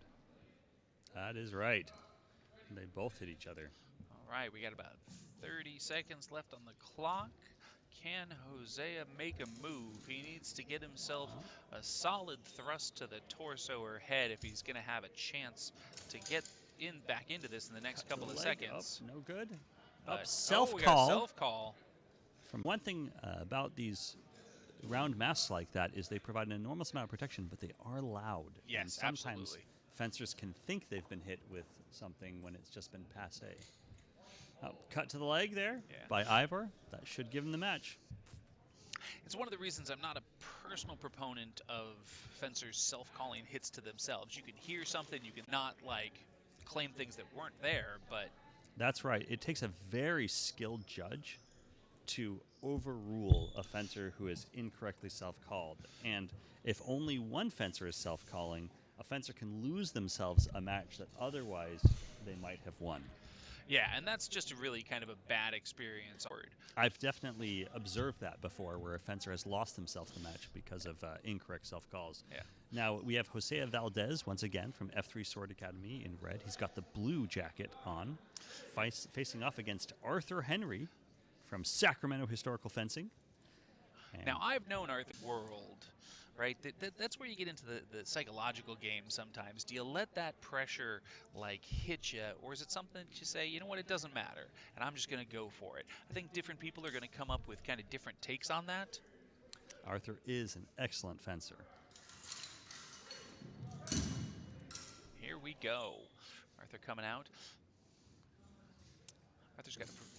Yep, Arthur looking for that center line thrust.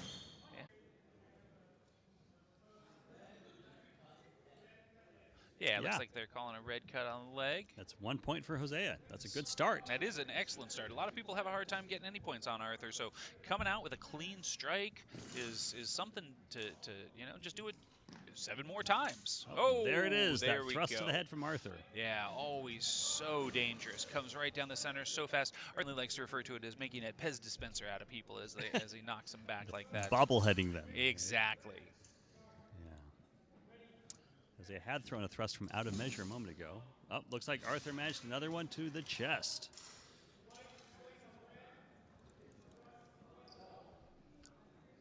Arthur taking command of that center line. Yeah. Right into that torso.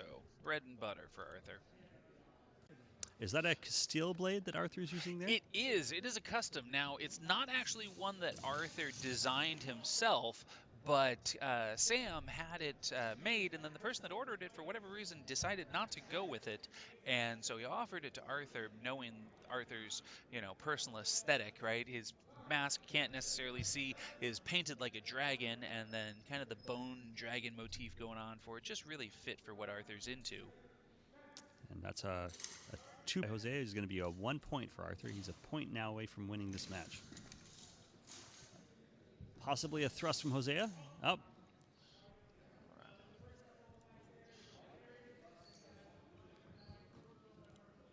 Thrust the torso from Arthur. That's going to win him the match. And that'll do it. Fun fact about Arthur. What's that? He started fencing in his teens with the Diamond Rose. Yeah, that is true. So, did come out of the Diamond Rose. He has since moved on to do and work in other systems, but, always loved, always remembered. And then, oh, are we finishing off? Is this how it's ended? This will be our last match here.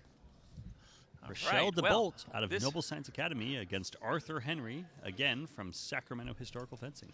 All right. Well, let's see how we go. But, really I think that, well, she is, I think, going to have a difficult time here with the shorter blade against Arthur in his element. I know when these two fight with longsword, it can often be a much more kind of equal matchup, but yeah. Rochelle is known for her longsword work, and I do expect this will be a difficult match for her, Yeah. Ted. Yeah. This is actually Ted's student against my student. Well, I will say that Arthur is a member of the school. I would hesitate to call him one of my students, though. He is a master in this in his own right. Work. Arthur definitely has the experience advantage here. He did land that thrust to the chest against Rochelle. I couldn't see if she landed an afterblow. It looks like she may have landed an afterblow to the arm. Looks like they're calling it as white thrust to arm is what the actual call on that ends up being from the judges. Yeah, they're giving that Arthur thrust to arm. Yeah. Oh, yeah, being sticklers for the exact size of the rings. It's funny, some judges care about it a lot, others not as much.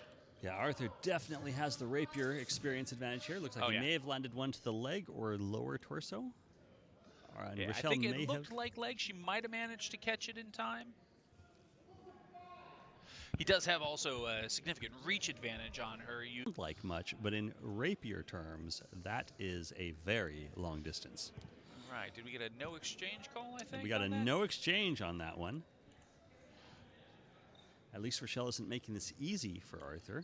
Now, he went for that hand. It's off target. Oh, Rochelle going in for the cut. Arthur as well. Was there any cut land? Some good parry riposte there. Absolutely clean. Yeah. And Arthur, of course, being an excellent fencer, sounds like there may have been a self-call or decline.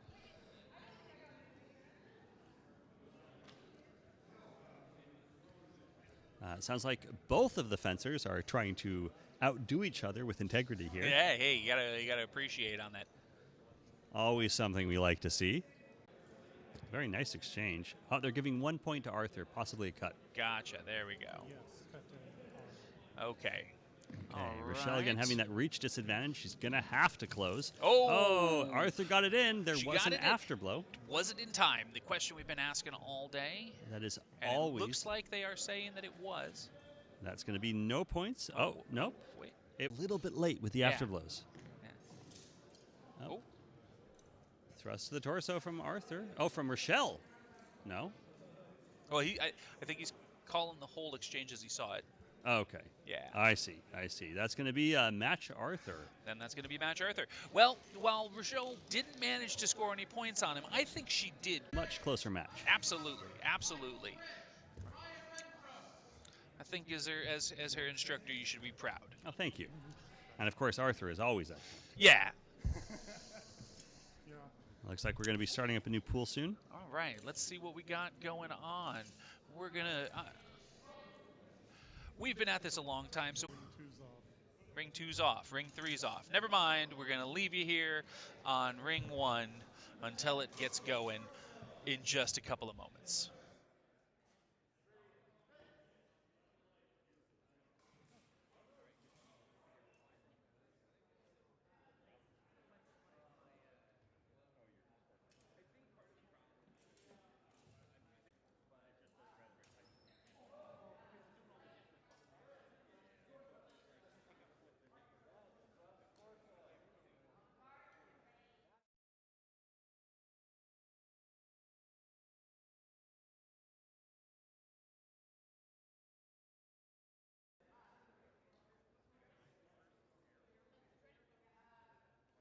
Back on. All right, we are back. We have a great matchup here to get going. Isaac versus Aaron. That's Isaac Humber from Diamond Rose Academy Darm and Aaron Young out of F3 Sword Academy. Isaac has been fencing since he was a child, and I have to say, fencers to watch. His meticulous movements and just precise control shows up every time he picks up the sword. That very technical French style and that nice thrust there, very well placed and very gentle. Yeah, well, Isaac is all about control. He values that fine touch, that fine control above all else. It really is something that speaks well of him and the rest of his opponents, and on top of it... Yeah, he does make some beautiful small swords, and his rapier style is not that dissimilar from the way he uses a small sword. Isaac just fences, and he fences clean. He is a perfect idea that good fencing is good fencing. Ooh, what do we got? A thrust to arm, looks like? Seems questionable. I don't know what we're calling him there. Yeah, I think I would have watched that. All right. Isaac approaching, taking the center of the ring. Aaron staying around the edge. Might work to his disadvantage. Oh, ooh. Just taking a nice little leg that was available to him. Yeah, Aaron just leaving that leg out. No, Isaac doesn't cut much. No. And so that must have come... Cut or when to cut. That's exactly right. Isaac very careful with where and when he's placing that blade. Threatening some light beats. It's beautiful because there's nothing that he does that isn't intentional, right? Every action is either calculated or trained instincts. He's one of the few people that I've seen pull off some of the behind-the-back actions that you'll see and kind of the Pop, in he goes. Yeah. But again, just enough force to get the point without anything more. Absolutely gorgeous. Yeah, extreme control. Lightly placed. Isaac not giving his opponent his blade. Up. Oh, nice thrust to the head from Isaac. That should be the match. I believe it was. Isaac Humber of Diamond Rose Academy Darm. Great job. Always an excellent. See, and then a gentleman walking over, shaking a hand, using just the right amount of force. You'd love to see it. What do we got? Michael French versus Ryan Renfo. Now this is interesting. Two fencers out of Reno, Nevada. Ryan Renfro, one of my students at the Noble Science Academy, and then Michael French from the Reno HEMA Speakeasy. It's very unusual. Yeah. Now, we normally do a traditional Italian style, but Ryan actually has his own style that is quite a bit different from what we generally teach at the Academy here. Okay, doing that refused guard made popular by the Black Tigers. Looks like he landed one to the head, but possibly passé. Yeah, the judges just didn't feel it. And then he's going to self-call that arm strike. Thrust to arm. Ryan does a lot of self-calling. Does he come from the SCA background, or what's his background? Did he start with you guys, or? You know, I wasn't there in Reno when Ryan came during started. the period where you were. Gotcha. Yeah, and so I'm not entirely sure where he got started, but actually the Rapier in our school originally was SCA style, Gotcha. and then we transitioned into the Italian. That's thrust the limb there. Michael French is very tall and has quite the reach advantage here. Yeah, absolutely. Oh! Looks like Ryan may have parried him into the hand. Yeah, I do think we had some potential contact on the torso on that thrust. I could see the flex on the blade from my angle. To me, it looked like it may be.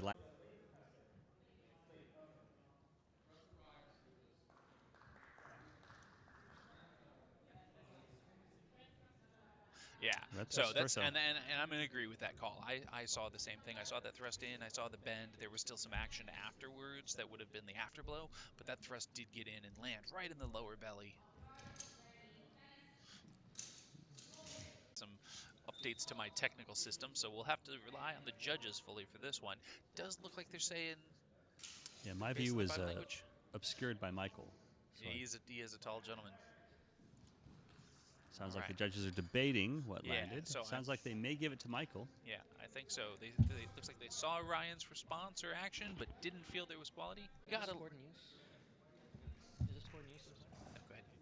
You gotta appreciate the honor, right? It's not gonna ultimately make a difference. It's gonna end the same way. But I guess they have declined to assign Ryan his points, and they're giving that 2 points to Michael French, which will give him the match.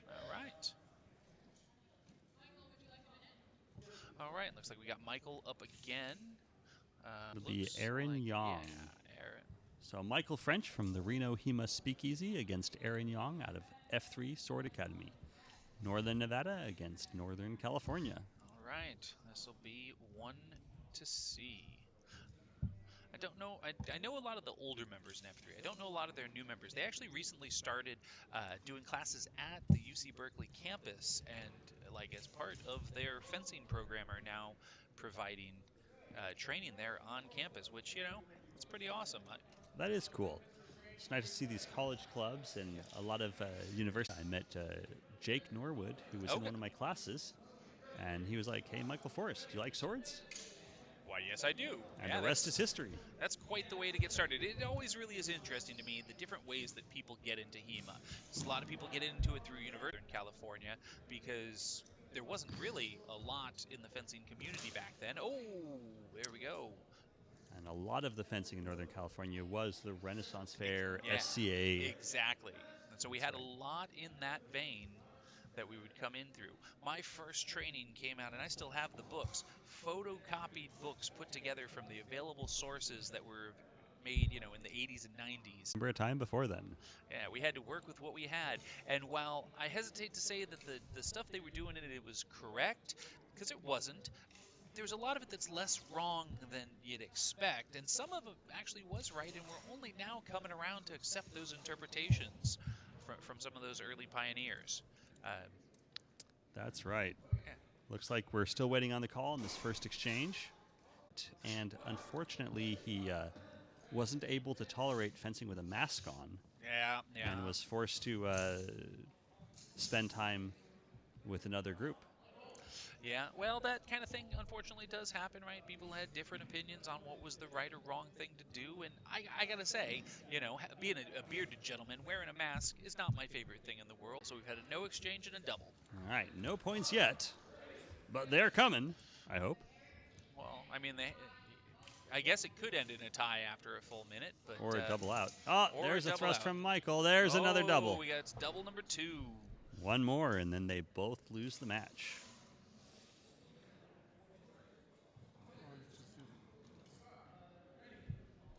Now, Michael French does spend a lot of time fencing with the Black Tigers in Northern Nevada. Oh, yeah. And see that touch from Michael? Looks like he's managed to land a thrust. Yep. Was there an afterblow?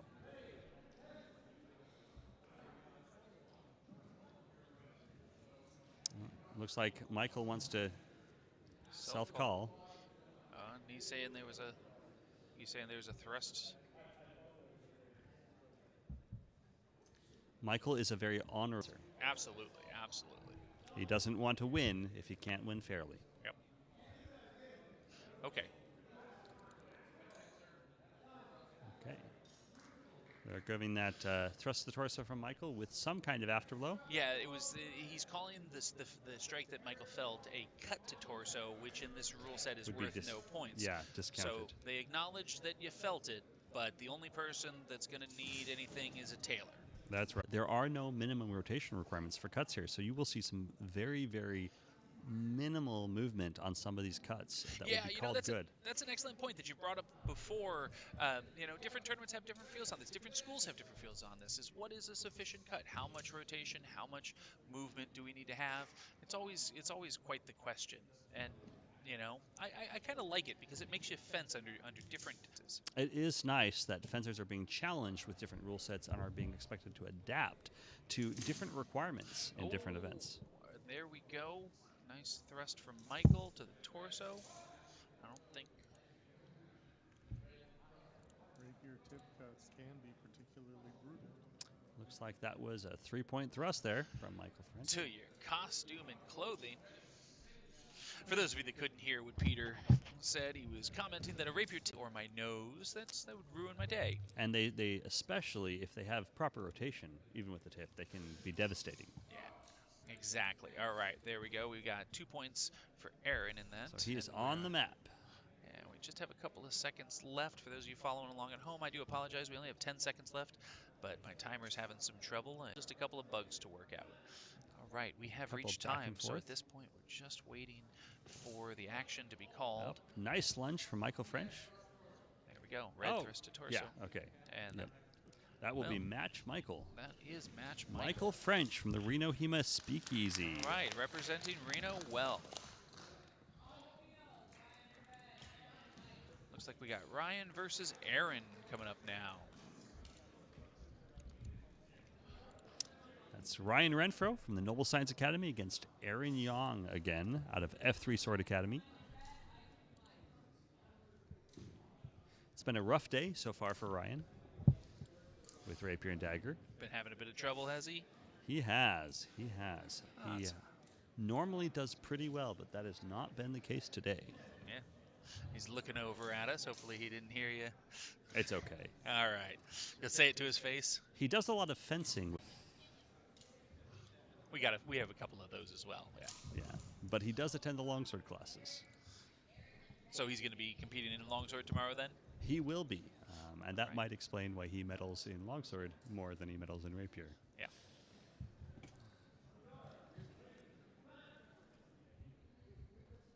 He does really enjoy Rapier and Dagger, though. Fences it whenever he gets an opportunity. You know, it's one of those weapons that when people... It's funny, right? Like, we always joke, I don't know if you have that same experience, that longsword's kind of the gateway drug, if you will, of HEMA. Everybody wants to get started in it. It's a cool weapon. Yeah, we're going to get started there. But sooner or later, you find something else that starts to take your interest. And here we go. Ryan versus Aaron. Once again, we've got Aaron as a left-hander, changing things up slightly. Not as big of a difference as in sort of... Back and forth, I didn't see anything that looked good to me. Yeah, they didn't like Neither did the judges. Finn is over there showing his I didn't like it face. Yep. 2 thumbs down. Yeah. Yeah, I would agree with that. I don't think there was anything worth scoring there.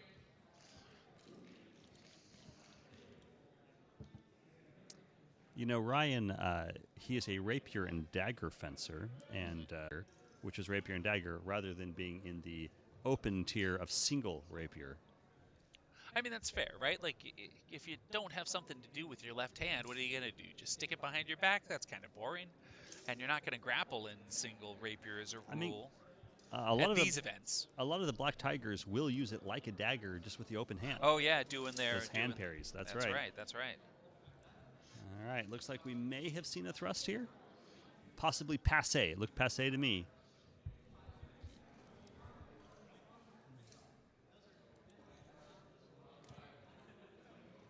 No exchange. All right. No points on the map yet.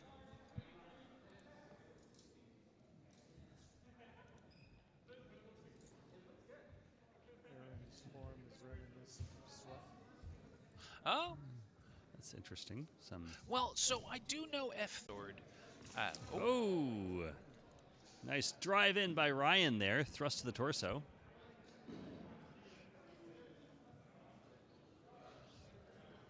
Judges are debating. We're down to just 20 seconds left, and neither of them has scored a touch at this point. This is a tight defensive match. Come down to one of two possibilities. Somebody's going to score here in the next couple of seconds, or this is going to end in a draw, which can happen in pools. Doesn't happen in the eliminations. I guess Ryan's thrust came in after the ring out. Yeah. Ryan teasing the blade a little bit there. Oh. 8 seconds. My timer's off slightly. Let's see. Can Ryan pull a thrust off at the end? He doesn't have to rush in on it, but his best outcome at this point is going to be a tie. Getting that maybe. Oh.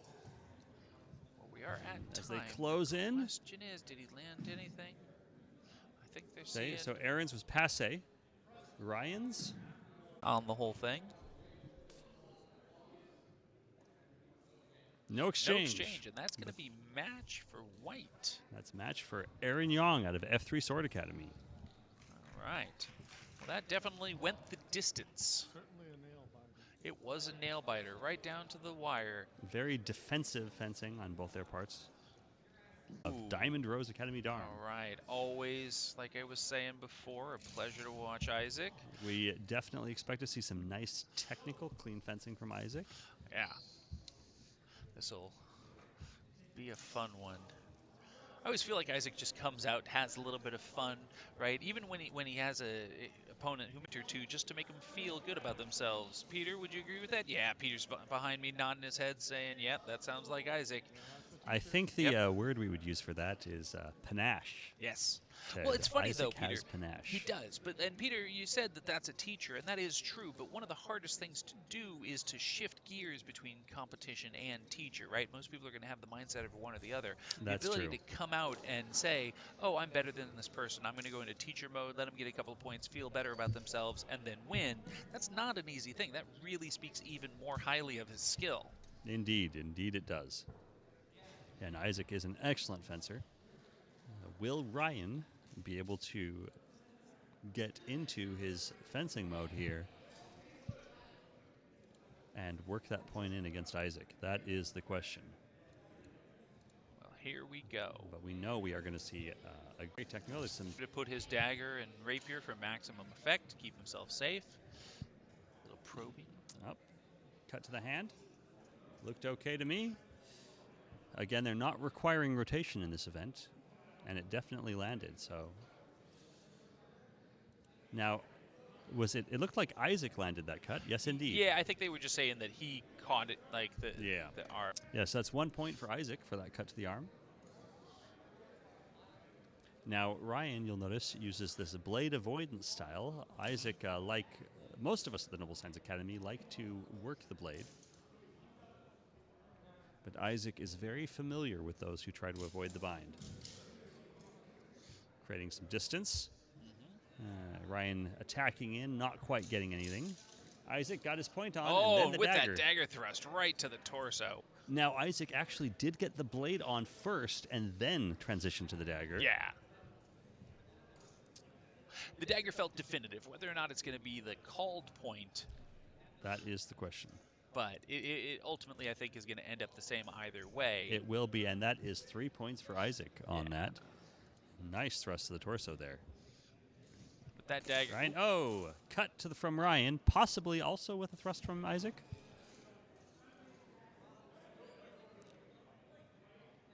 Leg. Double? Is that a double? Yeah. That's a double.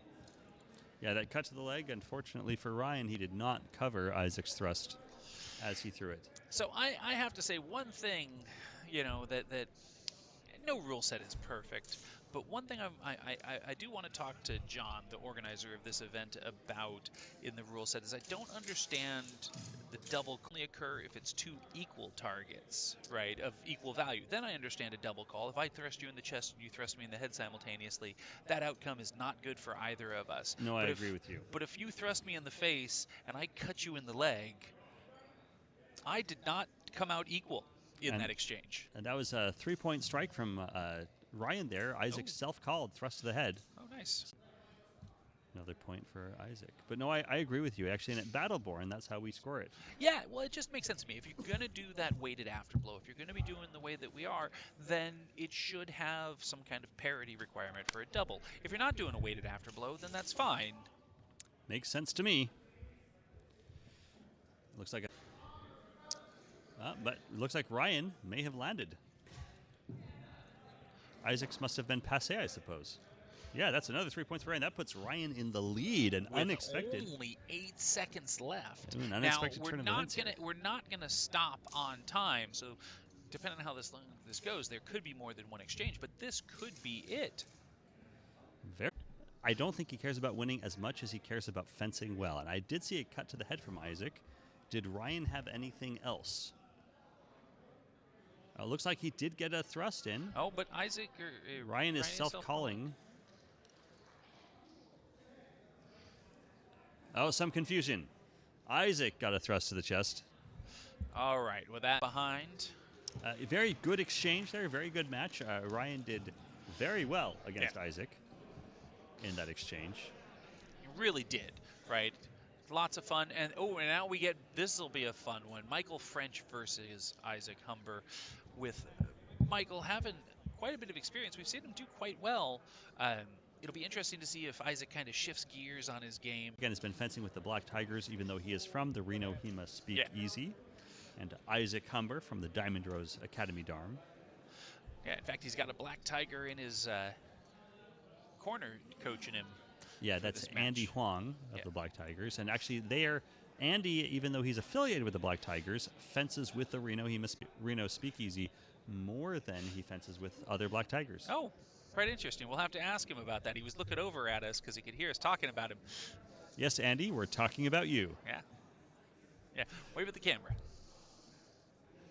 This one right here.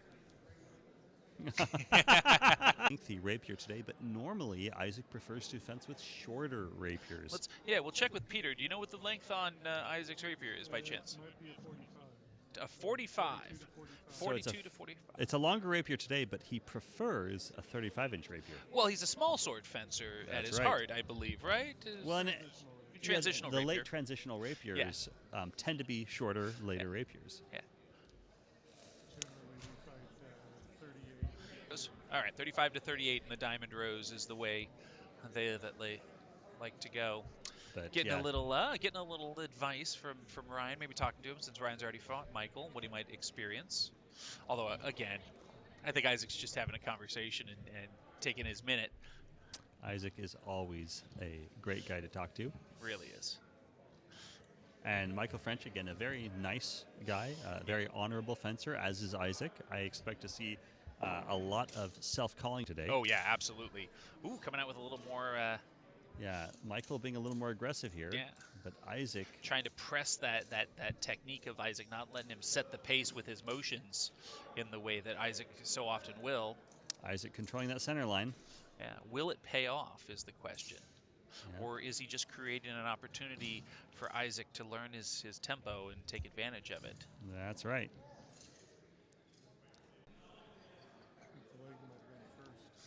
Cut to leg was first, yep. Yeah, that definitely felt like blow after blow to me.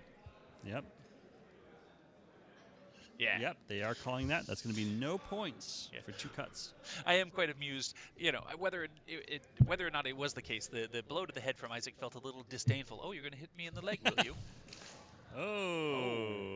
Lockout with the dagger and thrust from Isaac. Yeah, there we go. There's a little bit of that subtle distance from Isaac, putting him into a 3-point lead.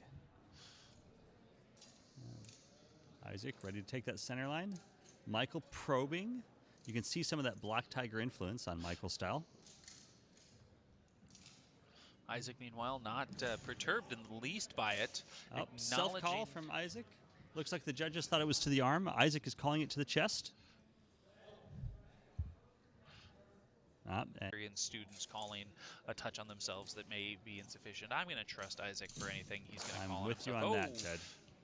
Cut to the head from Isaac. Yep. taking those attacks of opportunity as they present themselves. That's right. right. I'm a Meyer aficionado myself, and definitely very much in the vein of what Meyer recommends. You know, don't ignore the little tag hits that you can get. They may not be a fight stopper, but they're certainly the kind of thing that can pay off in the long run. Oh, Is that a reference to the Zekrur? it is indeed. It is indeed. Yeah, sometimes translated as tag hits. Yeah. Meyer also refers to them as the Schneller, the little quick hits that can happen within there and in the time. Very nice parry riposte exchange there. Isaac actually teaches classes on parry riposte. Yeah. Very often, you know, people aren't going to get that deep into an exchange and still be able to pull something off. Points for Isaac on that last one. And we only have a couple of seconds left, so 3 seconds. Barring a oh, there we go. Thrust to the arm from Michael French. But that is going to be a time, so even though that will be worth 2 points. Isaac has sealed this match, I believe. Oh, that's it. Very nice. Match for Isaac Humber of Diamond Rose Academy Darm. Yeah. Very nice, very nice. And that finishes up our pool. I believe we will have one more pool, maybe 2. Yeah, let's see how we're doing. Isaac, you look good out there. What's that? You look good out there. I try. Nice and comfortable. We were all enjoying Isaac. We got Isaac over here. Yeah. You got a word to the fans here, Isaac? No comment. No No comment. comment. No comment. A man of few words. Some people may not know, but Isaac also makes small swords. He does. We were talking about it earlier, actually, the work that Isaac does. Some of the most beautiful. Honestly, I recently got a new side sword from Kvetten. I got their number 4, and I like it, but I have to say, and no shade on Kvetten 4. This is just hard to see in the pictures, but the guard on that thing, the hilt, is absolutely massive. Is that very large? Yeah, it's their drop? complex hilted version of it. It's a beautiful sword. It's very beautiful. But it's a big, heavy sword. It's actually not as heavy as you'd think, but the guard, it's the sizing on the guard. It seems to be sized for a heavy lacrosse. glove. No, a lacrosse glove. Oh. With kind of the standard, like the gloves that Tom is wearing right now, like a medium to weight side sword glove with a little extra protection. Inches of space around my hand, so I'm a little disappointed by that. I thought that the hilt would be a little bit smaller. It detracts actually from the aesthetics a little bit in person. Still a beautiful sword, but I'm going to talk to Isaac and see if maybe he can do a little magic and just tighten it for me a little bit and just bring it in line with what I want, because I can't fit a heavy glove in it, so I don't want that extra space. That makes sense. Yeah. But otherwise, I'd recommend it. Like, if you're looking for a broader style side sword, something that's approaching kind of like the German basket hilts we see and kind of the military swords. And again, this is part of the reason we've been talking about silver and we've been doing silver is as a source for that. I think silver would approve. I don't know that he'd like that extra guard portion on it with his preference for a more kind of straight, but it gets the job done. Yeah, presumably when Silver was fencing, the style of his day was a very simple, minimalist, mortuary hilt style, basket. Yeah. On the broadsword. Certainly not some of the ones that we'll see on a lot of the Italian rapiers. I mean, that's pretty obvious listening to or reading Silver and what he has to say about that. But it is nice to be able to do some of the work with a smaller blade. We've gotten into a little bit of fan. They have some munitions grade armor that they have worked with Armory to produce that very affordable. And if you're looking to get into some armored combat, it's going to be kind of your best entry. $400 roughly to get it shipped to your home in the United States. They're out of Canada, so the exchange rate comes into play. It's good stuff. And armor is usually very expensive. We are currently watching another pool here in Ring 2 while we wait for our pool to start. It looks like Tom Ostrowski just finished up a match against Jonathan Hahn. Yeah, and we've actually got Carter Winner. Oh, that's right. This is Carter Winner against Ross Walton now. Yeah, about to start. Arthur Henry doing a little corner coaching for him. Arthur is Carter's Rapier and Dagger instructor. He actually has a class on Tuesday nights in Sacramento that he's always happy to share his particular thoughts and insights on the Italian rapier. Carter attends that class regularly, and I think it's showing well for it. Yeah, he is definitely doing well keeping that blade online, presented, and threatening. Yeah, I think that Dismissed. he also has a. I always think of Carter as a little bit of a proto Isaac, if you will, with trying to have those precise movements and technique at play. Oh, and while we're looking at him, Carter is sporting the armor number Damare on his shoulders. He's got those Oh, purple, yeah. it matches well with his officer's jacket, but he's got those purple and black shoulder protections that they do. Oh, we're back over here on ring 1, so we're going to switch back. We've got Dashel Harrison in red from Indus Pharax Gladio against Ichen Liu of Italian Renaissance Swordsmanship Academy. And Dashel is in the green jacket, Ichen in black. That was a nice thrust from Dashel. Oh. Now, in case you didn't notice, Dashel here is a southpaw. He's fencing left-handed here with the rapier. And that can disorient some of his opponents. Absolutely. I've actually only ever fought Dashel once. It was the last SoCal sword fight before the pandemic hit. I fought him during eliminations during the advanced longsword, and I was wondering why things weren't working the way that I was expecting them to, and then I realized as he was beating me, oh, he's a lefty. Another strike for Dashel, and again, he's in Indus Pharax Gladio, fencing out of Portland, Oregon. Ichen from Ursa, which is here in Northern California.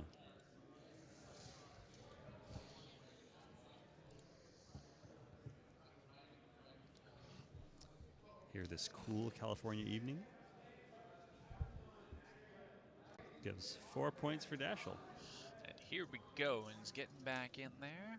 Threatening with that point. Dashel staying in the center line. Ichen probing.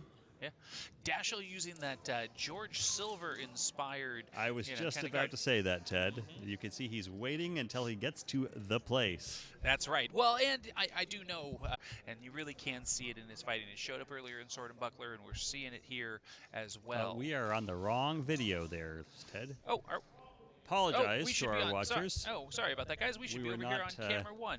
Not giving you the match here. Dashel's in the green again, and that's Ichen in the black. Dashel is the red fencer. Yeah. You'll see he comes out with that dagger. That's right. That is a George Silver classic. Yeah. You know, Dashel came to Battleborn last year and fenced broadsword and had such a good time that he hadn't spent much time with it before, but he spent the entire past year focused on George Silver and broadsword. Yeah. I think he's even using a slightly shorter blade here to kind of go along with those nice trainings. Thrust there from Dashel to the chest. That will give him the match. Yeah, and that is going to be match. We were...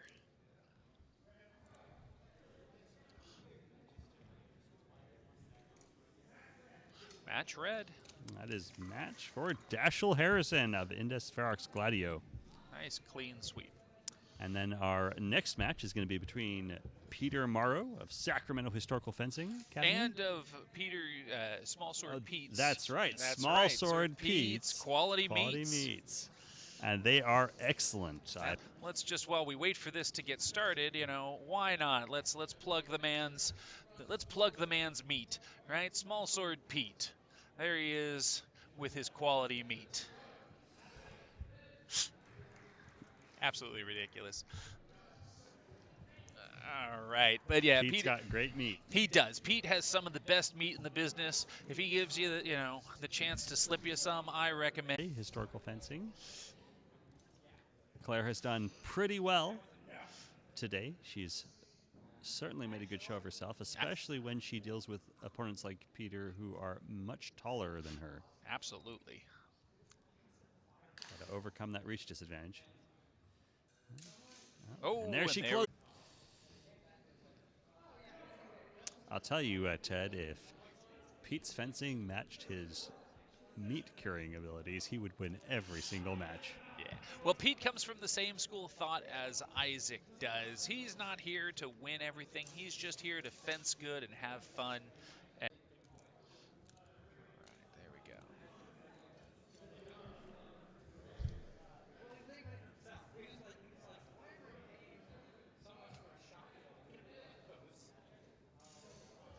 That's Claire up now 5 points. Claire's at 5. There we go. Just trying to get myself caught back up for those of you following along. Up. And Peter is giving her room, doesn't want to ring her out. That's Again, very nice of Peter. Yeah, Peter is one of the nicest humans you will ever meet. You know, he's the gentle ogre. I did see a placed rapier from Peter. The question is, did Claire have anything herself? Yeah, looks like we got a thrust to torso called for Peter, and was. Judges deliberating for just a second here before they confirm that that was a thrust to the torso. We've got 19 seconds left on the clock, so one or two more exchanges, most likely. Looks like they gave an afterblow from the looks of things on that with a cut. Yeah, with a single clean thrust. I don't know that he's going to have the time for 2 exchanges. Oh. He faked her out there, got her to chase after his sword, and Peter went for an attack to the torso. The question is, was that point online? Oh. Now, Peter's claiming there was a cut on his own torso. But that wouldn't matter because cuts to torso aren't worth anything. Yeah, the torso is off target for cuts in the Rapier tournament here. Well, it's not that it's... On that previous one. Looks like we did have... A thrust from Claire? Thrust from Claire. There might be an afterblow cut to head from Peter. That could be. If there is no afterblow, well, I guess it's match one way or the other. Yeah. We're out of time. Yeah, but looks like no afterblow, but that'll be match. That's match Claire. All right. Excellent work there from Claire Leahy of Sacramento Historical Fencing, staying in the ring. Yeah. And he'll be fencing against Yichen Liu from Italian Renaissance Swordsmanship Academy. And we really should be fair. While Peter is one of our instructors and one of our members, he also is part of the Diamond Rose. He is one of the principal instructors of the Diamond Rose. He runs a class of his own up in Yuba City, which is kind of north. Loves the sword, loves the small sword, hence the name. A big man with the small sword. That's right. Yeah, and it is not unheard of in HEMA for fencers to be a member of multiple schools and train and compete with them, but you can only compete under one banner. Right. And Pete here has chosen Sacramento as his banner. And looks like there's a thrust from Yichen there, giving him a nice lead to start with. Yeah, here we go. A little bit of a light beat there from Yichen. Yeah. Recovery from Peter. Little probing actions, checking things out. Thrust just short from Yichen. Riposte off target from Peter. Oh no, the cut did land. It looked like it missed to me. But they're calling it a cut to the arm, looks like. Looks like red cut to arm. All right, that'll be a 1-point action. Get him on the board. Thrust. They're calling it a thrust. 2 points for Peter. 2 points. All right, then. Let's go ahead and get that calculated in. Peter kind of waiting for his moment, looking for that opening. Yichen staying closed.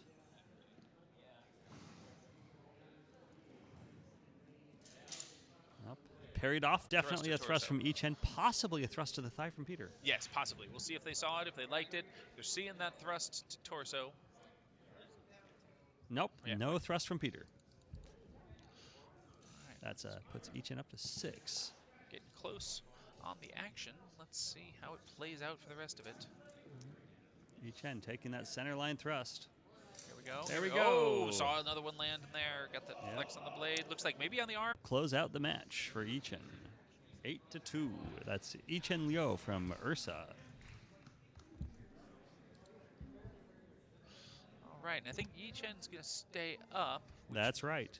Yichen Liu from Italian Renaissance Swordsmanship Academy is going to be staying in, and he'll be fighting Claire Leahy from Einhorn, LA.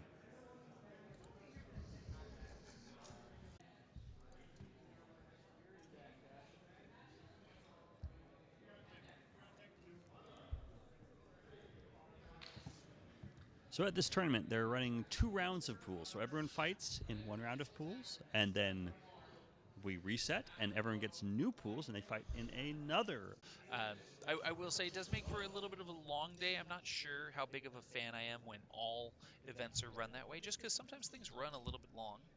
Is this event supposed to end at 6? Well, it's certainly we are not near ending quite yet. So I don't know when they're. Yeah, I'm not sure what time we're gonna end when we're done. But after this, we still got our elimination pools, and then are they doing I think they're doing elimination brackets for the final Now, rounds. one interesting side effect of the format here with the two pools is they do carry doubles over between Yes. pools, and because it's a logarithmic deduction, That's true. Yeah, it can be quite the impact. people can get brutalized by those doubles. I have seen people lose more points from doubles than they gain between all 6 of them. Claire kind of waiting to try to do a parry riposte here. Each end trying to get that point in. Looks like the cut there was parried. Judges are deliberating. Possibly a thrust. No exchange. No exchange. That's about what it looked like to me.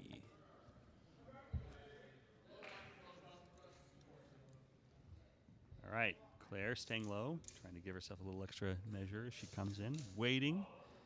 Parry post, there's her cut. Did Ichin land that thrust? Thrust to the arm was the afterblow in time. Yeah, sounds like it was. So that'll be a 1-point action. Yeah, that should be 1 point for each end. Oh, no, they are not calling the afterblow. Oh. So it's maintaining it. Oh, looks like Claire might have had a cut to the arm, but Ichen possibly cut her in the head. Yep. Oh, nope, Claire. Oh, she got Ichen in the head. That was a cut from Claire. That should put her on the board now with 1 point. That's what out from Claire. All right, and they return. Now Claire is throwing a lot of cuts, but it will be difficult to win this match on cuts alone, given that they are only worth 1 point. I saw a cut from each end, looked like a point. Into the head, perhaps. One of our judges did not see it. Yeah.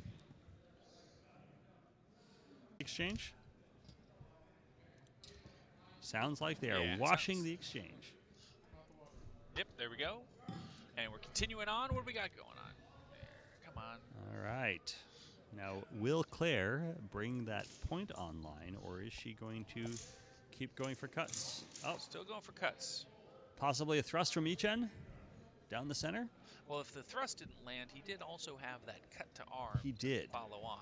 But it sounds... Oh, he's washing the exchange. No exchange. Oh, nope. No, never mind. That was 3 points. 3 points for There Ishin. we go. Match And white. that's All match for Ichen Liu of Ursa. And so Claire again, and I think she's up against Dash now. That is correct, yeah. Claire Leahy once again from Einhorn, LA Historical Fencing against Dashiell Harrison from Indes Ferox Gladio. Poise as she waits for her opponent. Oh, absolutely. Always does. Right? Comes out ready to go. All right, and our match is beginning here. We are on. Dashiell again fighting left-handed. Let's see how Claire handles this. Left-hand control, that forward dagger. Afterblow. That's going to be 3 points for Dashiell. Right.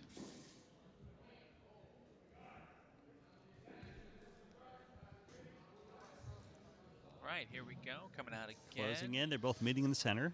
Yeah. Claire does that hip hinging that you see in Fabris a lot, it seems like, That right? can help with compensating when you have a reach disadvantage like Claire does in the attack there. I couldn't see. It looked from my position like it might have been passe. Well, the cut was definitely good. Claire is Nope. self-calling. She's saying she felt something on her arm. All right. Just arm. Are they going to count the afterblow, or are they ignoring that? Oh, they're not counting Claire's cut to the head in time. Well, I think that's Easy to forget the rest of right. Exactly. the action. Oh, there we go. Cut to the leg from Claire.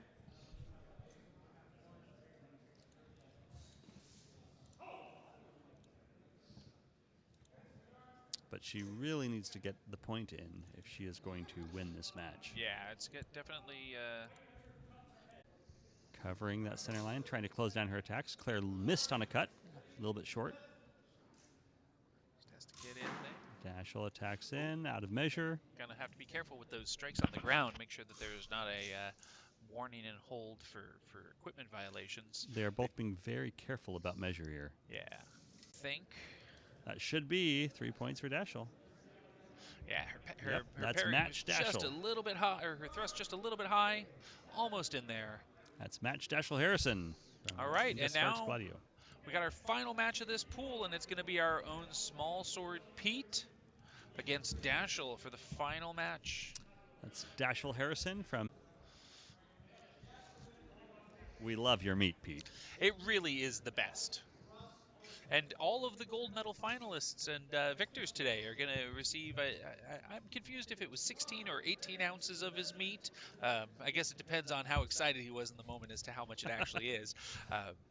But that is a...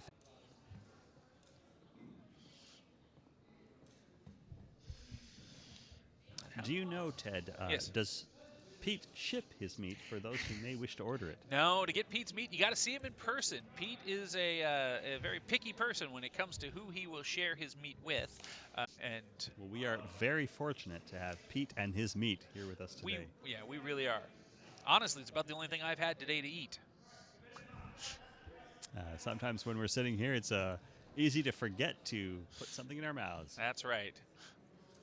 But Pete's nice enough to come over and shove his meat into my mouth for me while I'm trying to do work. Anyway, we are decided to give it a bit of a try. He is not left-handed. Unfortunately, Dashel got the better of him in that exchange. Yeah, but can be interesting, right? Lefties are used to fighting righties. That is true. But they are not used to fighting other lefties. That is usually the case, Ted. And I think that's what Pete was trying to rely on. Actually, maybe using a little bit of George Silver's techniques here against Dashel. Well, Peter is part of the armored group that's been working with it a bit lately with us. Looks like we have a thrust to the arm from Dashel there, self-called by Pete. Pete, again, a very upstanding guy. Oh, absolutely.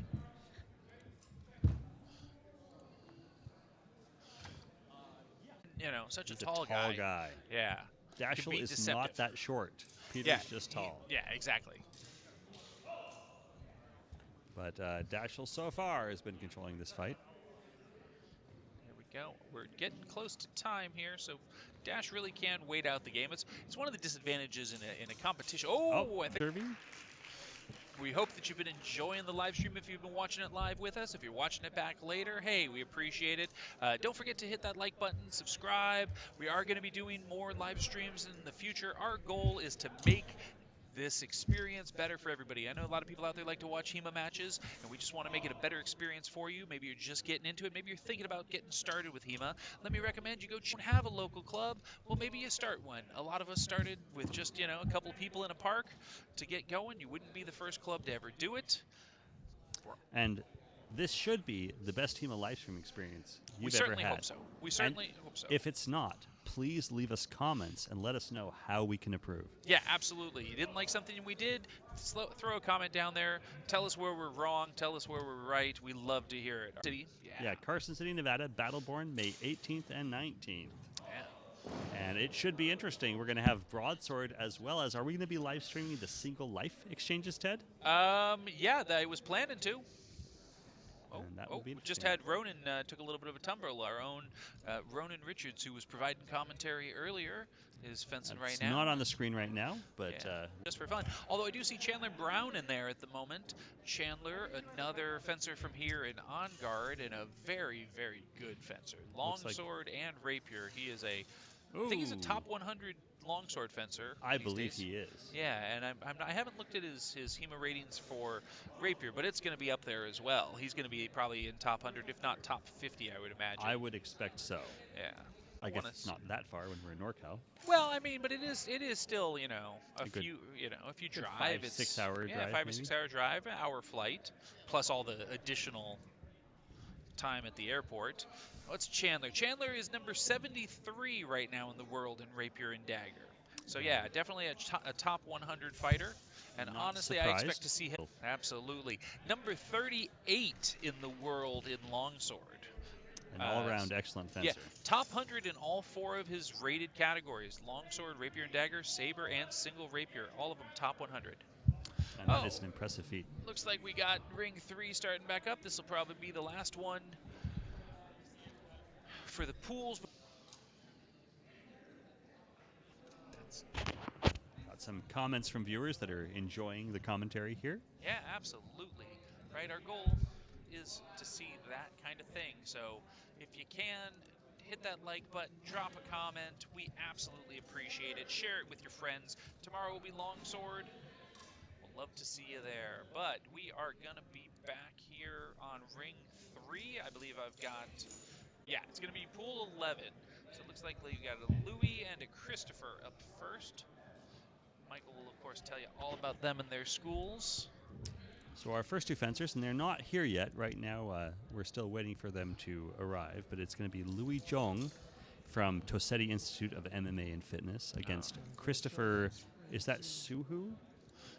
Christopher mentioned earlier, Tosedi's from the Bay Area in San Carlos, one of the kind of old school HEMA clubs in the Bay Area that's had a physical location for you know, the only people that have had their own location longer would be DEMAS, the Davin Ridge European Martial Arts School. Davin Ridge has been around forever. Absolutely. But yeah, Tosedi's was the second full-time school. They also, you know, teach MMA as well, so they're not just purely a HEMA school. We should be. Which one did you just take me back? I was on camera. I was on the right ring. We're just waiting to get started over here. Camera too. Oh, okay. Yeah, we're not watching Louis and Christopher's match right now. We're watching a match against Alec the Honey Badger against, who is that he's fencing, Ted? Elliot. The little terror at times. This is kind of an unusual situation for him to find someone that's closer to his own stature for him to fence with. We officially refer to him as, besides the Honey Badger, as one of our muscle hobbits. Looks like we are starting here, Ted. Here we go. Let's cut back over. Bam, I got it. All okay, right. And we are here with Louis Zhong and Christopher Suhu.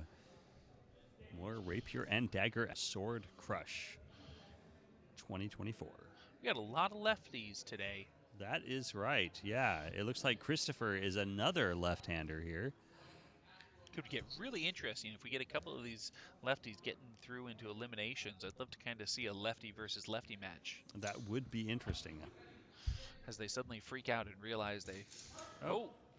It looks like almost a flush there from Christopher, possibly with an afterblow. But let's see what the judges saw.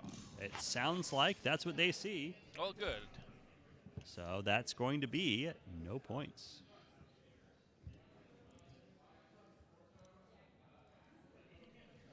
Waiting for the table. Louis there in the gray jacket and Christopher in the black jacket. They're waiting for their opportunity. And there's the clash. Often characteristic of these Rapier and Dagger battles is the two of them being patient, and rushing in. At the last moment, and they both die. But as the case may often be. We've got Small Sword Pete here commenting on their form. All right, sounds like Red Fencer got a thrust to torso called for him. That's right, Excellent. 3 points for Louis there. Louis keeping that blade withdrawn. Christopher taking the center line.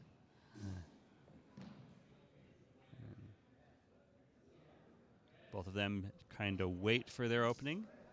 Oh, Louis starting to beat at that blade. Testing his opponent.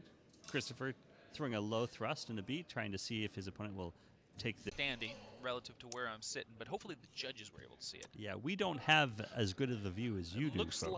Looks like it was a no. It was so that's just a point for Christopher. Yeah. We are getting down in time. Only about 10 seconds left. My timer's a little bit slow, but close enough. That's right. This match... Oh, a thrust from Christopher. That should give him the match. It sounds like they don't think 7 seconds left. The cut from Louis was good, so there may be one more exchange. Yeah, we have enough time for at least one more exchange, possibly two if they decide to be suicidal about it. That does happen sometimes, Ted. More than sometimes. Yeah, do we get that clash? Everyone gets shaked. Or are they going to carefully approach? Well, we are now out of time, so this will be the final exchange. And just like that. So this is where you talk about like treating it as a game That's versus right. treating it as a match. If Christopher wanted to treat it as a game, he could have just wrung himself out. Yep, and that would won have the been match. a win. But instead, he wanted to stay in there for one more exchange, and as a Very result, honorable. Absolutely. You know, it really is the question, right? Because people approach this for different reasons. We like to treat it like we're all in it, you know, like somebody like Isaac or Peter for the love of the art and That's right. And you know, just being good. But some people are here for the sport of it, and they want to game the system, and so you got to watch out for those kind of things. That's right. If just a someone question. wants to win enough, then they will take advantage of opportunities like that. Absolutely. Oh, we got Andrew in here versus Rodney. Was it Rodney? Yes, this is Rodney Bruner from On Guard Fencing in red And then against Andrew Bradford from Sacramento Historical Fencing in white. Now, both of them are wearing black, but Andrew has the maroon or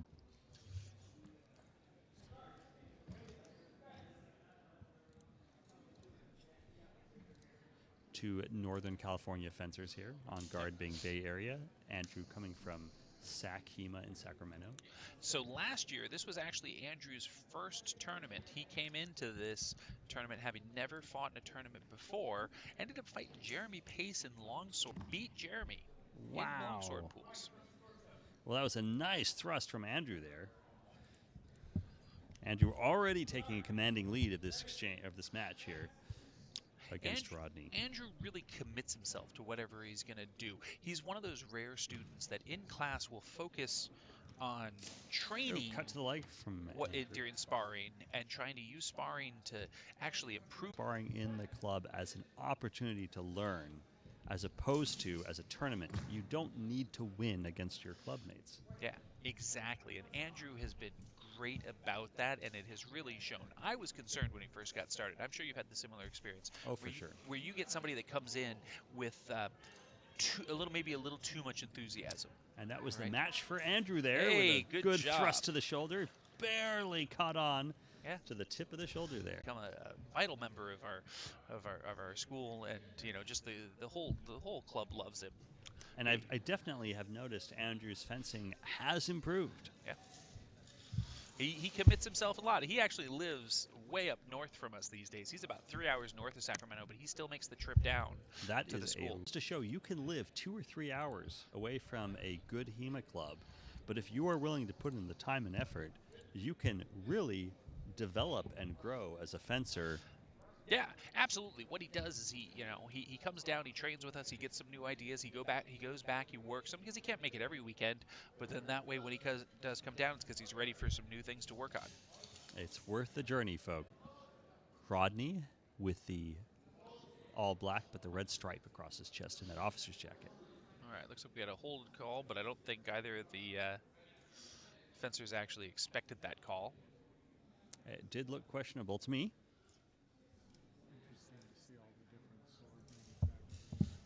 Yeah.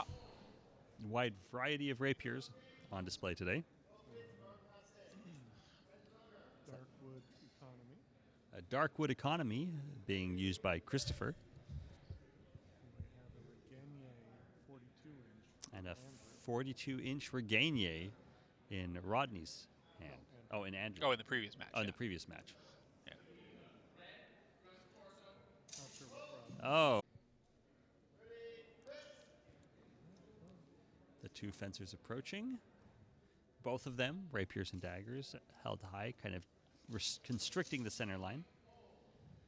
Christopher may be interested in a little bit of blade engagement. Rodney, not so sure. Rodney inching forward. Christopher giving ground, waiting for his moment. Almost landed that thrust.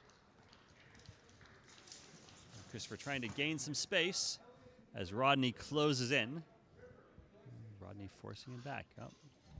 This is one of the things I love about watching different fencing matches, right? Like you'll have some people come out and in the space of 15 seconds, you'll have 3-4 exchanges.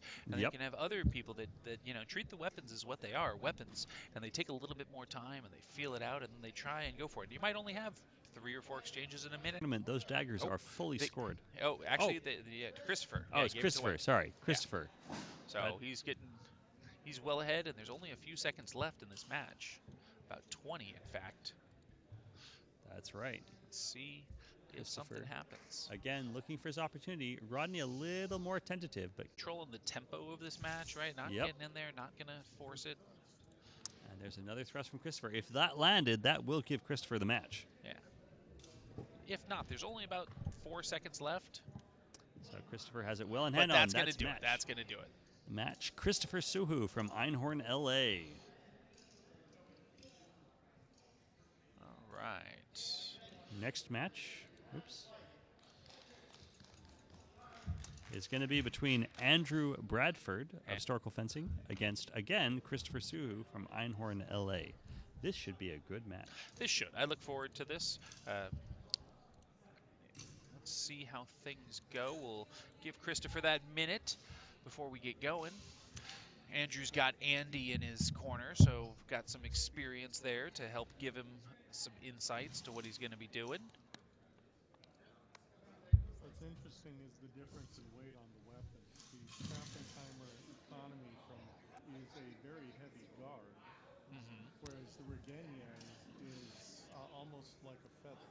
All right, for those of you that couldn't hear, Peter was just talking about the weight of the weapons and kind of the difference with the Pappenheimer from Darkwood that Christopher is using being a pretty hefty blade, whereas the Regenia is nearly light as a feather. So we'll kind of see how that plays out in this exchange. I've definitely felt when I've handled Darkwoods that you feel them in the hand. Sometimes that can result in more blade presence. But sometimes it just results in a heavy blade. That is correct. There we go, coming in. Oh. Charge in from Christopher. I'm not sure if the dagger landed. He was going for it. I think that it didn't. It looked like Andrew was moving backwards a little bit. And Christopher did not land that dagger punch. Christopher choosing to be a little more patient this time. Andrew keeping that center line. Change. Thrust to the dagger hand.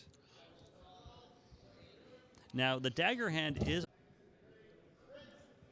All right, coming back in. Let's see where we're going to go from Some here. nice blade engagement.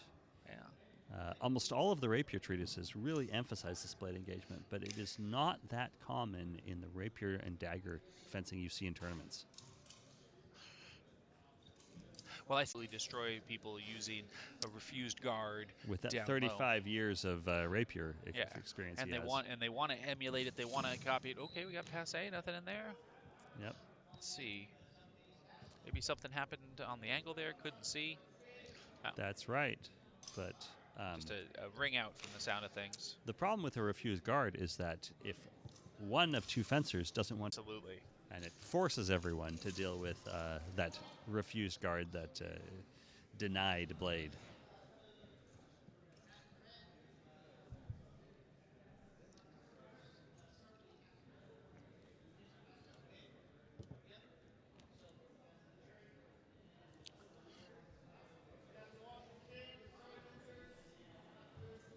Unrelated to fencing, my son, who is 6 years old, just cooked dinner tonight, and we're very proud of him. Very nice, very nice. It's a good age to do it. All right, here our fencers are approaching again, showing a little patience, a little trepidation. Yeah, there's only a few seconds left in this match. 15 seconds left. Yeah, so we'll kind of see how this goes. Andrew with that 2-point lead. We've only had one successful strike. Oh, Christopher rushing in. First with sword, then with dagger. Was a thrust to the head. As a thrust to the head. That's going to be a 1-point lead for Christopher. He's 3-2 now. Yeah, I don't know how I feel about that call as a thrust. Definitely a cut to head, but it looked like it kind of came in and landed with the edge. It did look like it was slightly passe. Yeah, it looked like the edge landed. I'd be comfortable with it being called a cut in this rule set. I'm not sure I agree with it as a thrust, but end of the day, I'm not going to second guess the judges in the moment. The rule set is designed so the judges have a great amount of discretion in what they can call as a valid strike, much more than in most rule sets. That's an excellent point. I expect to see a Waiting little bit of action clash. here in just a moment. Someone's going to rush in, yep. I expect. Here it comes. So, yep, there it is, Christopher rushing with a dagger. We definitely have.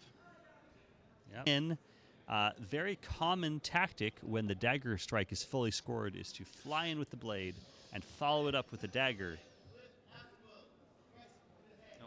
Well, so that's Andrew got a cut to the leg, but that is going to be match Christopher with that dagger punch. 2 points for that thrust.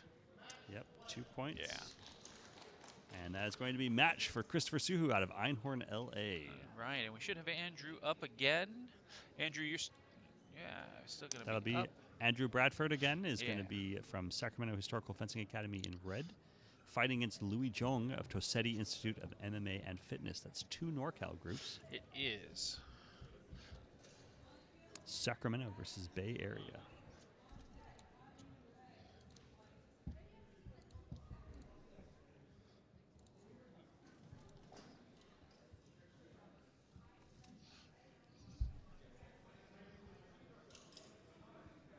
Ronan would like to say his nap.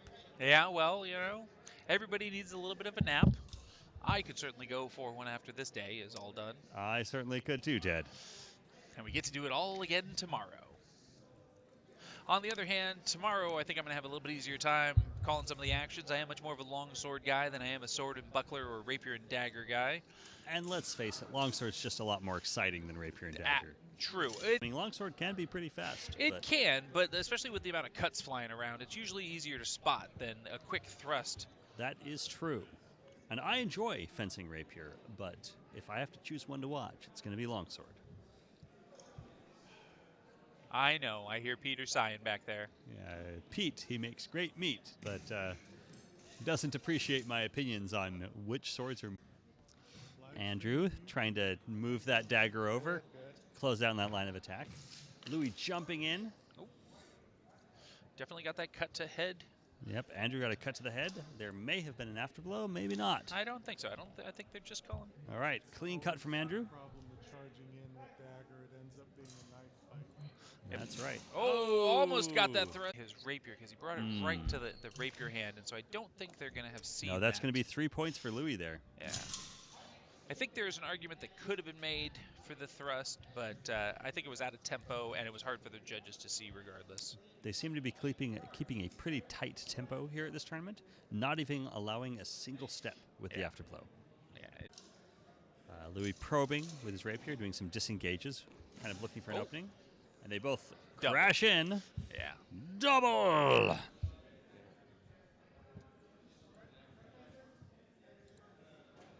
That's our first double of this tip match. is a little bent. Yeah, a little crooked. I think it to bend them more often. Yep. Oh! That was a nice thrust from Andrew. I couldn't see if Louis was passé there. I think in this case he was. It does definitely look like it. Yeah, went over the top. Just missed. Andrew likes to use. Pulls Andrew out into the lead now. Yep.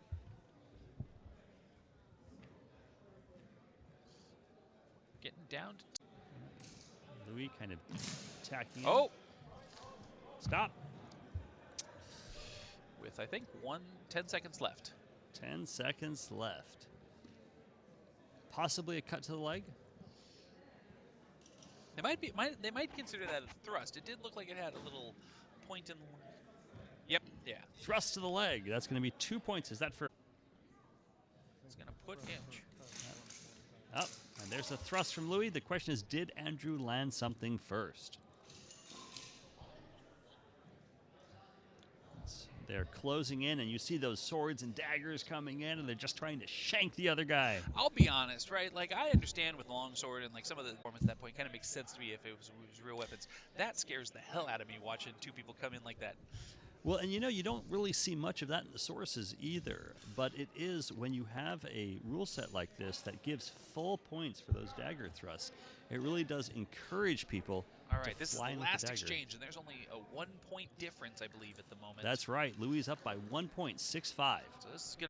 Oh, looks like both fencers, or judges think both fencers got a thrust to the arms. So. Well, a tie will favor Louis on this since he does have the point advantage, and we're out of time, so it's really just going to be a question, and they're going to wash the exchange. That's going to... Double! Oh, well, it doesn't matter. That's going to do it. It's not their third double. But that will give Louis the match. Match white by Louis. 1. Yep. This will be our last match, of this round of pools of Rapier and Dagger. We've got Rodney Bruner coming back in red and Louis Jong staying in white. Rodney from On Guard, the local club that's running this event, and Louis from Tosetti Institute of MMA and Fitness. Rodney and Louis. Louis doing a little bouncing around earlier, and looks like he's being a little more... Oh, no, there's that hop. Oh. And a cut to the head. Start him off with a point. Yeah, quick little get on the board. I tell you, I wouldn't want to get hit with that cut. Yeah, you know, I'll be honest, right? It might only be a 1-point action, but that'll... Louis right down the center line. Looks like Rodney is leaving his center line just a little bit open. Taking advantage of it. I expect Rodney to tighten that up a little bit. Looks like he has. So Louis threatening low, seeing if he can open it up again. No, there it is. Yep. Yeah. Just waits for that split second when Rodney opens that dagger and leaves that line open. Slips it right in. Commanding lead now by Louis, 7 points up.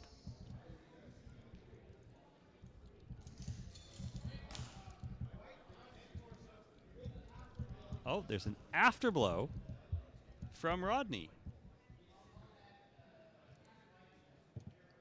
It looks like it was also a thrust to the torso, and that's going to keep Louis at 4. Looking for that center line attack again, but Rodney's keeping it very tight. Oh, but there it was regardless. Do that again. Yep. Well, that's the way to respond to it, right? When you do one and it gets taken away because of an afterblow or something like that, the best solution is just come back and do it again. And you can see that Louis is really quite adept at throwing that thrust down the center, and Rodney just a little bit late. Oh, and there it is one more time. Statistical matter because he's at 7 points, so he's going to win the match. Win. But for seeding purposes, it actually does matter. It does matter, and it looks like they've called it match white as a thrust to the arm. Absolutely. All right. Well, I think that's the end of pools. We get to take a little bit of a break here before they seed and do eliminations. And again, I've been from Noble Science Academy. This is Ted Elsner from the Sacramento Historical Fencing Academy. So we will be back shortly. Thank you for continuing to watch. Like, comment, and subscribe. And then otherwise, guys, we will be back with pools. See you soon. Bye-bye.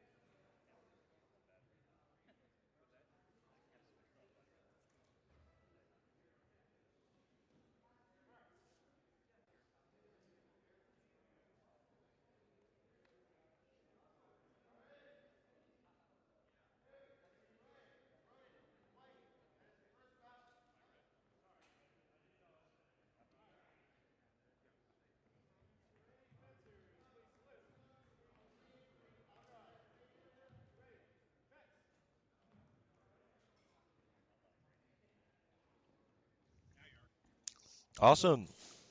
We are back. This is Michael Forrest Maservi from the Noble Sides Academy with Carter Wenner. I am from the Sacramento Historical Fencing Academy. Welcome, folks, back to Wine Country Sword Crush. We are in the elimination stage here, where the fencers are going to be knocking each other out. We currently have Arthur Henry from Sacramento Historical Fencing in red against Tom Ostrowski from Einhorn, LA in white. Arthur's got the black out, has the black and gold jacket. Oh yes, very distinct colors, especially that dragon mask. Definitely doesn't say Edge Boy at all. And with a giant collision with a dagger to the throat, Arthur definitely makes that dragon image stand out and be real. It looks like they gave that one to Tom, land his thrust first before Arthur could close in with that dagger. Dagger Nice. may be out of tempo. Yes, good work on Tom's part to get that point. Takes a lot to get the Arthur. Of course, I can never get the drop on Arthur, seeing as how he is atomically 6'8", or what have you, and I am a whopping 4 foot. Looks like Arthur taking command of the ring. And there we go. That might have been a touch right there. Yep. Judges. Just barely. It looks like the judges do think it's good there. Thrust to the chest. Excellent. And our friend Peter Morrow is in the corner for Arthur. And by the way, Peter nicknamed It's all day. Mm-hmm. Oh, nice thrust from Arthur to the head. Indeed. And good recovery.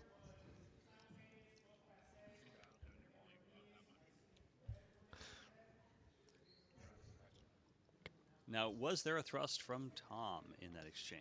I don't think I could see one. Oh, they are saying there was a cut to the leg from Tom. Love those cut to legs. I deeply appreciate being sniped as I try to thrust someone. And we're back in. They are on guard and away. Arthur taking the center, just like an aggressive chess player, and thrust to the upper opening. That should be match for Arthur there with that last thrust, unless there was some kind of afterblow. That one is going for Arthur. That's Arthur Henry from Sacramento Historical Fencing taking the lead. Champion looks like he's going to be defending that title. And then Tom is eliminated. Mm-hmm. Next match here. Is this Daniel Aldridge? And John. Yes, that is. That's Jonathan Hahn. Now, knowing Daniel, he's prone to exquisite point control. He's a Diamond Rose student, and as such, small sword main. Can't wait to see what Peter Morrow, who is now in his corner, helps him out with.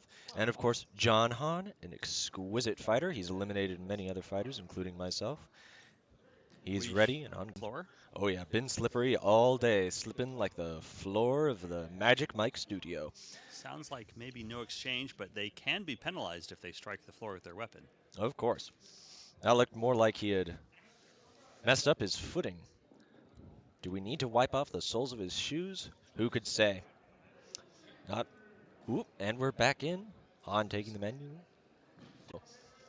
Looks like they are giving that thrust to John to the chest. Fairly clean strike. I deeply enjoy these later matches. We always see a lot more clean fencing, a lot less bulldozing. One might hope. Of course, I can't say I'm guiltless of any bulldozing. I do work in construction quite regularly. Don't see as much of that in Rapier and Dagger. Of course, we are still sitting in measure with our two fencers sort of squared to one another, but they do seem to be cautioning each other, changing guards, swiveling, and there we go. Possibly a double? Was hoping we'd see much fewer of those closer to elims, but you know, they do always happen. Daniel was slowly trying to make his way in there, and then John jumped in with that strike, and he came far too early. Very masculine of him. Yeah, that was a double. Two dead fencers. Always my favorite meal. Looks like we're off to the races again. Daniel seizing the middle, taking on a more aggressive stance. Looks like John less inclined to allow that blade engagement. And away we go. I think I saw it. And of course. Oh, they're giving that one to John. So that's 3 points, John. I guess the dagger may have been late. Daggers tend to be, people tend to say that size matters not, but I'm willing to say that in Rapier and Dagger, you would rather be armed with a nice, long dagger rather than something much, much shorter. But of course, I think in this competition, we'd also appreciate those sail guards. On Guard Fencing, the same school that is running this event and doing all of the judging today. The organizer. Well, excellent. We owe many thanks to John. Not Yeah, only John himself actually was heavily in charge of organizing this tournament and this competition. Yes, indeed. I think our next match may be between Isaac Humber and Christopher Suhu. Suhu sounds like a Who's name. Can't wait to see him fight the Grinch of this battle.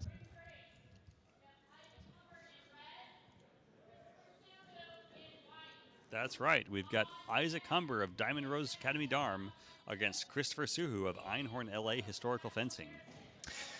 Can't wait to see how Isaac represents Diamond Rose today. He's been doing quite well all of this competition and wouldn't necessarily.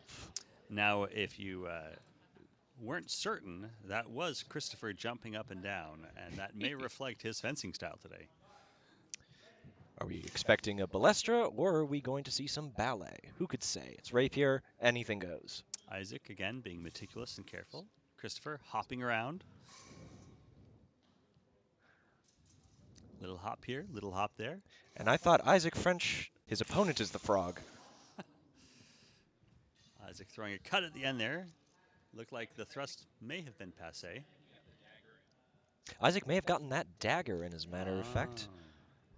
Not exactly the cleanest match we've seen from Isaac today, but of course everyone's sweating through their skin, so of course we're going to see some dirty work. There's only so much you can do when your opponent charges in against you. It's doing pretty well, surprisingly. Marvelous. About half a charge. Yep, they gave that one to Isaac. That's 3 points. Exquisite. Isaac into the lead. And they're back in the middle. Christopher still hopping up and down, wasting energy. He's got plenty of it to waste by the looks of it. I have no idea how he does that. Speaking of which, what's this thing I keep on getting told about? Cardio. It's called exercise there. Ah, never done it. All right, Isaac again kind of carefully advancing. Keeping a very light, nimble grip in order to deal with his springy, explosive opponent. Keeping his sword in the center line. Christopher taking a couple shots at the leg. Isaac is having none of it. Absolutely none of it. There's practically no low line in Rapier. Of course, if you've got somebody working in perfect time, if they cut at your leg, you should just thrust to their head. Oh, there we see another attempt at Cut that. from Isaac. Possibly to the head. Yeah, that looked like it was nice. Center of the mask. Still only worth 1 point, but that brings Isaac up to 4. And of course, all you need is a 1-point lead to take the win. 14 seconds left in the match. So unless Christopher pulls something very nice off right now. Oh, and there we go. Possibly out of the ring immediately. Now, I believe I saw Isaac's dagger land as Christopher crashed in. Oh, and there's a bend send. Yeah, look at that dagger. Like a politician's spine. The question is, how are the judges calling it? They are calling it dagger thrust. Thrust to That's gonna red. be 3 points for Isaac. After blow was out of tempo. Yeah, flying in like that flesh-like movement may work in modern fencing, but it doesn't work as well. Nice clean shot at him if he jumps up like a clay pigeon shooting range. This is our last exchange now. Time is up. And so Isaac has secured this match, but Christopher still gets a chance to throw a strike in here. No Hail Mary is going to save him, but of course, it's still worth it.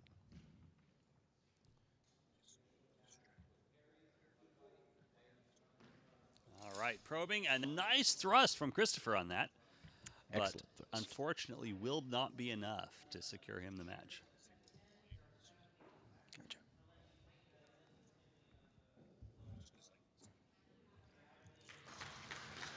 And that should be 3 points for Christopher. Oh, possibly an action from Isaac as well. Ooh, getting a little bonus point there, are we? This may end up being a 0-point exchange.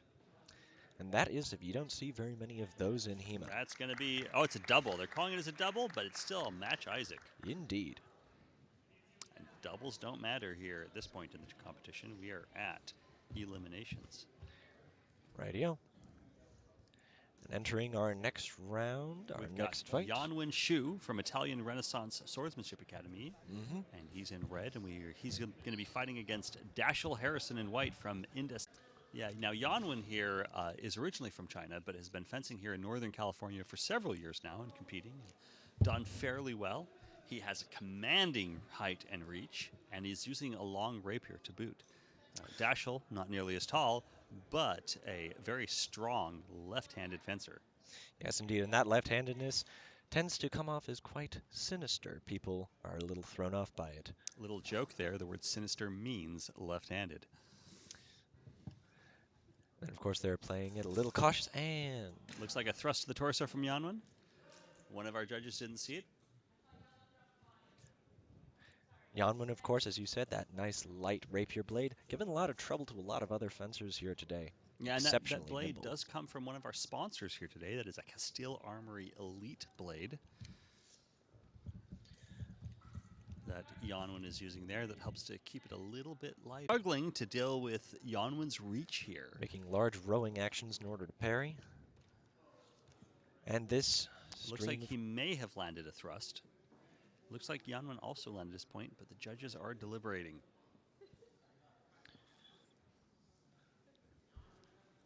Yanwen giving himself a haircut. Yes, it may be to Dashel's advantage if that hair falls down into Yanwen's eyes, but They're calling that an afterblow. afterblow.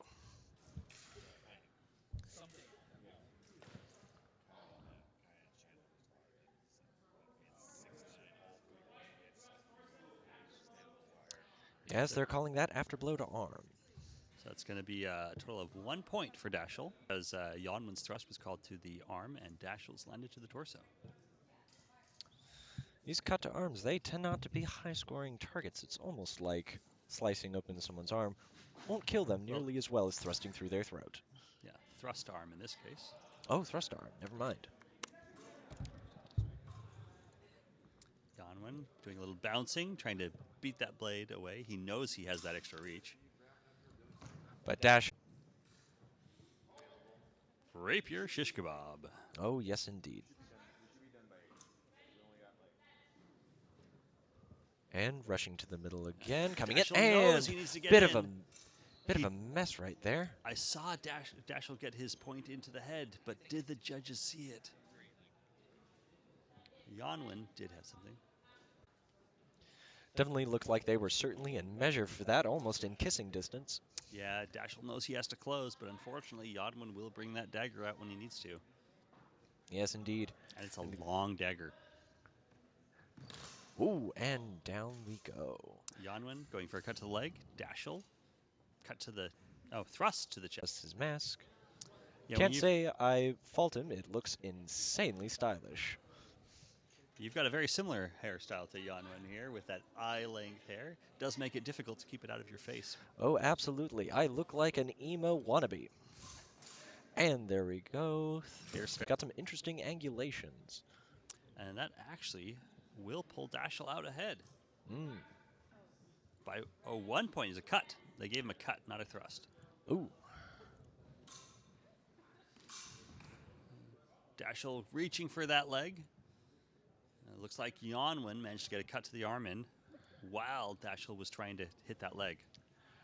I could buy, including but not exclusively, Castile and Pete's quality meats, absolutely can catch that with exceptional clarity. So that was a point for Yanwen, which means we are tied up again at 28 seconds left in the match.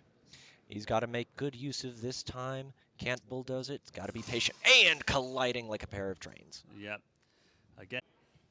We need to see more compound actions, but of course, like compound interest, nobody seems to like it.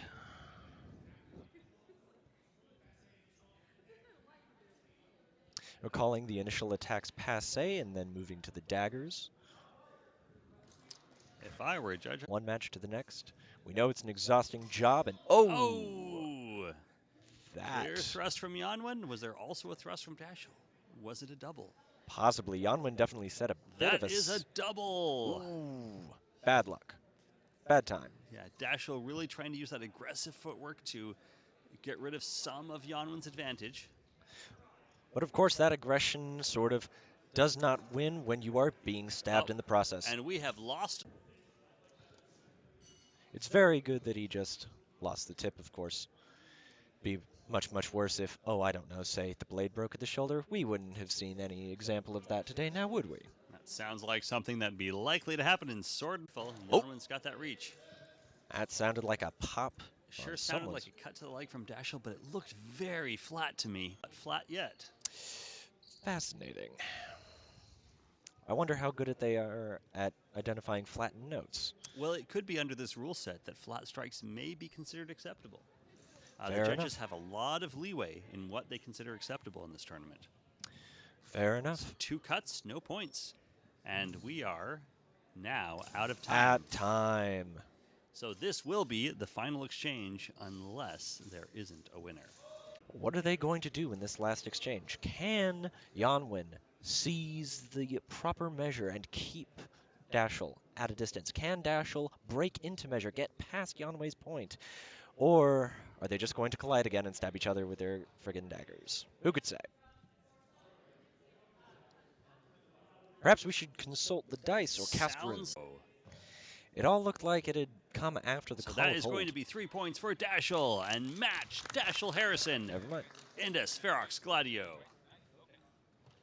And that is going to pull us into quarterfinals. Yo, Dashel moving on. And now Arthur Henry is back up against John Hahn. There are 2 rings running simultaneously. Right now, Eric Copley is fencing Andy Huang in the other match, but in our ring, we've got Arthur Henry ready in red from Sacramento Historical Fencing, and he will be fighting Jonathan Hahn from On Guard. Again, Jonathan being the organizer of this event, one of the main head honchos that brings you Wine Country Sword Crush. Deeply thankful for all this fencing and organization. Unfortunately, not a surplus of alcohol. As prizes for the winners. Well, if that's not solid motivation, I don't know what is. There we go with Arthur with a couple of pels. Beautiful I did rally. see that thrust to the chest from Arthur, but the judges missed it. Looks like it. All the judges here are trained and provided by On Guard Fencing. They are all members of On Guard Fencing. There are no judges here that were not provided by the event, which is very different than most HEMA events, which use... Of course, it is a lot easier to just bring in everybody from On Guard. And of course, they're qualified, intelligent individuals, so why not? Looks like that was a thrust to chest and a thrust to a chest for no points. Unfortunate. Arthur's got to make this clean. John Hahn is going to give him quite a challenge. Oh, and there we go. Does John get it? Nope. I saw 2 very light thrusts from Arthur. Unclear if they had sufficient contact. Arthur a little gentler and not be the dragon with that fiery passion he is known for. Judges are deliberating, it seems. A very difficult match to judge with both of them moving so quickly. Absolutely, and in tempo with each other. And Quite many of those thrusts being thrown within an inch of the chest. Absolutely. Arthur being a little frustrated that the judges didn't see his thrust. They gave that 3 points to John. Is Arthur going to... He probably will. He's giving many appels. Starting There's a solid thrust beat. from Arthur. Not going to lie, it looked like John Hahn might have landed something as well. He might have, but Arthur clearly landed that thrust first. Yes, of course, indeed. tempo doesn't matter in this score system.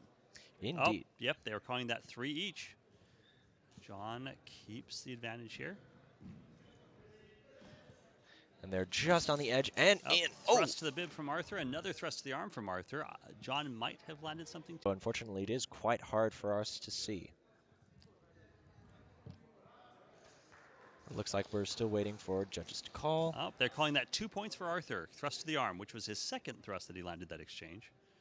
Arthur is moving a little too fast for these judges to see. Oh, we get a Pasado Soto that is closed off by... From Arthur. Oh, yes. And of course, as we all know, Arthur loves his very deep, powerful lunges. Big fan of penetration, Arthur. Not in the way that you might be thinking, folks, but just keep that in the back of your minds whenever you see, you know, the... There's a thrust from Arthur. Another thrust from Arthur. John finally admitting that one of them landed. There we are. And that will be match Arthur. Yes, indeed. With good honor, I think.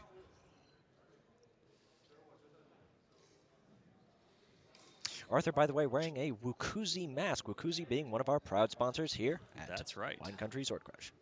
Excellent protection in those Wakusi matches. Masks. Absolutely. Oh, it was 2 points. They gave it a thrust to the arm, I guess, which means we still have 30 seconds left in this match. Arthur playing around, playing with his food. Is Han going to take it? Playing a little more defensive. Oh, is there a cut? Is that thrust? Oh. Judges really struggling to see the action here as it is moving so fast. And it is a lot of jumping. It is a lot of thrusting. Many, many different blade actions being carried out. And what I see right now are two judges who are very confused and uncertain about what is going on. Hard to be certain about these events. Rapier is, of course, notoriously hard to judge. Fast. When you have two people at such a high level, it becomes exponentially harder to judge. Are going to watch the exchange. All right. Arthur again only needing 1 point to seal this match. If he can get it. Oh! Does Han? Oh! There's a thrust from Arthur, possibly also a thrust from Jonathan. Looks like Arthur may have been reacting either by leaning away or being pushed away. Thrust ahead. They're calling that thrust ahead for John. Thrust to the head. So that is going to be 3 points again for Arthur. That's match Arthur. Arthur takes that. Excellent work. So Arthur will be moving on to the semifinals. He'll be moving on just like my ex-boyfriend. Now, as we move into the next match, who will be facing? It'll be, well, in our next match is going to be Isaac Humber from Diamond Rose Academy Durham against Dashiell Harrison from Indus Ferox Gladio. In the other ring, we had Eric Copley defeating Andy Huang, and currently Kai Eva is fencing against Sawyer Fresh. But we will be returning to show you Isaac and Dashiell. Yes, indeed. Kai over there, of course, in that other square wearing Leo Kalige's gold Pluderhosen, or pseudo Pluderhosen. Quite fashionable athletic fencing wear. Oh. All right. Isaac Humber again from Diamond Rose out of Auburn. Dashiell Harrison coming from Indus Ferox Gladio in Portland, Oregon. Dashiell being very patient here against Isaac. He wants to win that place for George Silver. Of course, he does not want to win it in George Silver's manner. No racism is here allowed. George Silver was known for disliking Italians, but Isaac here is fencing with a French style, so there should be no issues today. A beautiful and elegant fencer, if ever there was one. Being quite cautious, giving a beat right there. Those rapiers cross. Good parry there from Isaac. Yes. Isaac being exceedingly cautious like a virgin at an orgy. Exceptional work. That may be too much. Okay. Yep, okay. Oh, and there's a thrust beautiful from Isaac, possibly with one from Dashiell.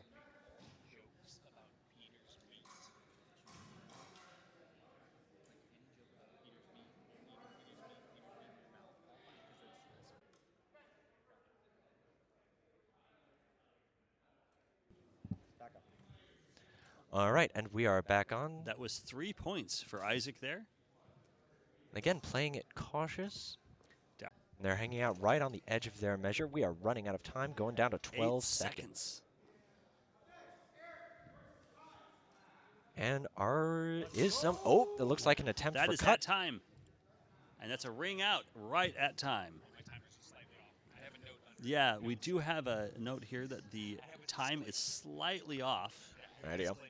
So it does say we have 2 seconds left, but in fact that is the end. Radio, and match is called for Isaac. He will be moving on. Dashiell gave him a good, thorough fight, though. Yeah, no exchange on that last one. Isaac moving forward to the semifinals. He will be facing off against Arthur Henry. Now, Arthur used to fence at Diamond Rose, and so Isaac and Arthur know each other very well. Oh, yes, and Arthur has been fighting since his teens. But, of course, we cannot say which one of them is the true master until the end of this fight. Now, in the other ring, we had Kai Eva beating Sawyer Freshy.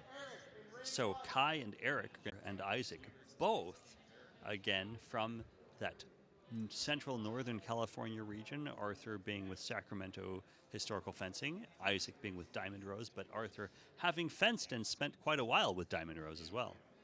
Indeed. Started out there, is held as at the rank of courtier, I believe unofficially.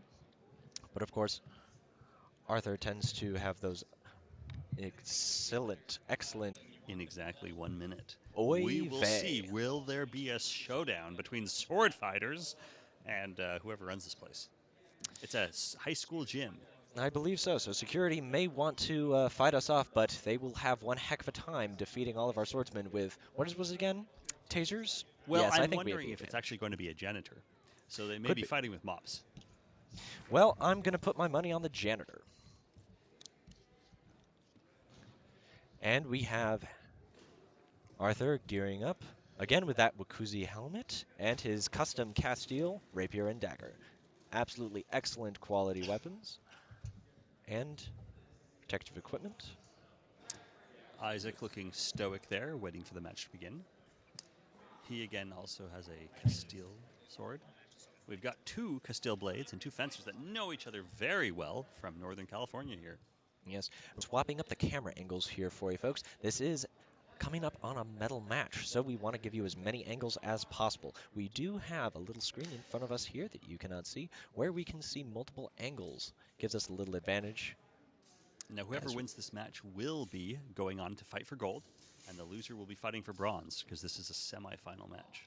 Ooh, very gentle, artful rally. Oh, never mind. That is a safety check for equipment. They need to tighten up Arthur's pummel.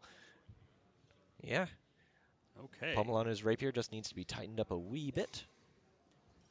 It'll be a moment before the action resumes. All of our fencers here are getting quite tired. It's the end of a very long day. Some of them have been fencing a.m. this morning. And that is now 8:01, more than 10 hours later.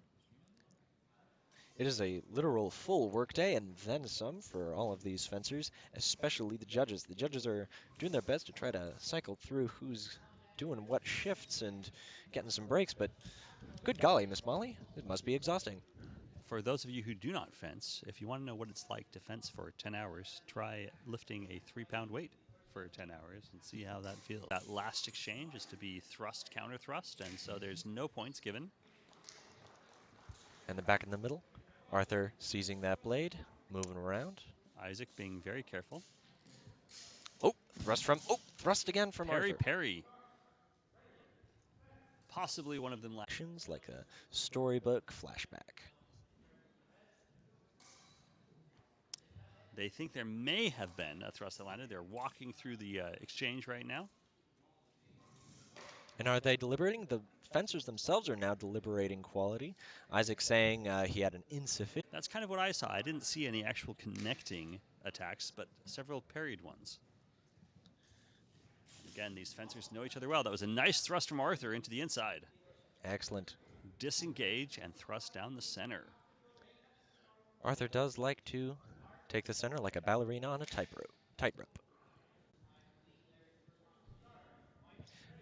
As I was saying, Arthur doing an awful lot of powerlifting. Last I heard, he could bench lift an entire elephant. That's quite a bit of powerlifting there. So I did hear that the cut for Isaac was good, and now they're debating, was there an attack after? Into someone's mask, and of course, Arthur's got a well-trained instinct for that.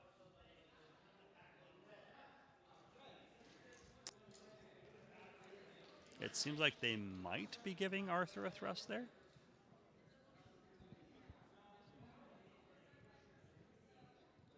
That is double thrust to torso. 2 thrusts to the torso. Once again, no points. Arthur retains his 3-point lead. This is a hard match, folks, but Arthur does retain that lead. Yeah. What do you know, Ted? What do you think? Yeah. Part of that is, of course, Arthur's athleticism, and part of that is, of course, his immense height. Arthur is tall, and he is incredibly athletic. He trains hard. Indeed. But, of course, unmatch that with artfulness and an exceptional patience. Judges are talking through the action here. Mm-hmm. Again, telling a flashback like a Disney movie.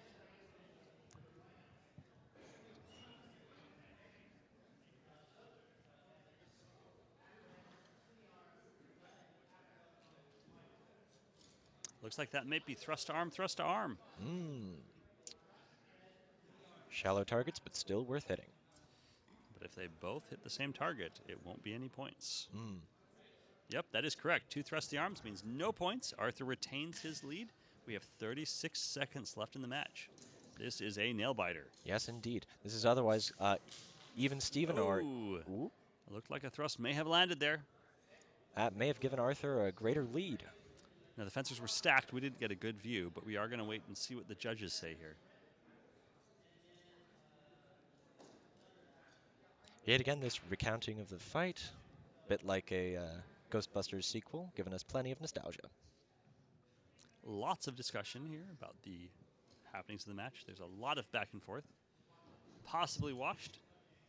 No exchange. No exchange. It has been washed. Washed like a dirty dog. And they're back into it. Coming right into Raider. Isaac needs a thrust if he wants to tie this up. One without an afterblow. Oh, yes. And he's going to be hard-pressed to get it. Quite hard to fight Arthur's strength. Maybe a thrust there. Oh, Judge calling called halt. Did they see any action? Now, I did see a thrust from Isaac earlier That did. may have landed. That was at least 2 tempi prior to them calling halt. I don't know if the judges will count it. Yeah, it seems unlikely.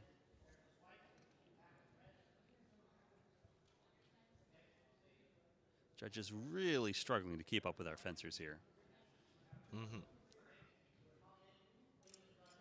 Hard to believe the sword can move faster than the eyes. Indeed, and Arthur is self-calling a strike to his arm. Good honor from Arthur. Arthur quite notorious, actually, for telling his students that we always self-call a little too much. But, of course, Arthur knows when he has been bested That's going to be for a particular 2 points for Arthur. They ignored his self-call. Interesting decision. Now, Get to head. Quick parry. Cut to the leg.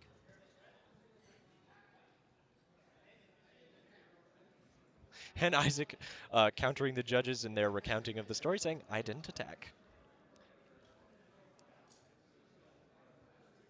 Radio and the fencers discussing to try to figure out what happened.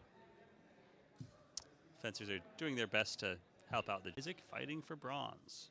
Indeed, and who will he be fighting for bronze? Looks like Eric Copley has beaten Kai Eva, so it will be Eric who's fantastic. fighting Arthur. And Kai will be fighting Isaac.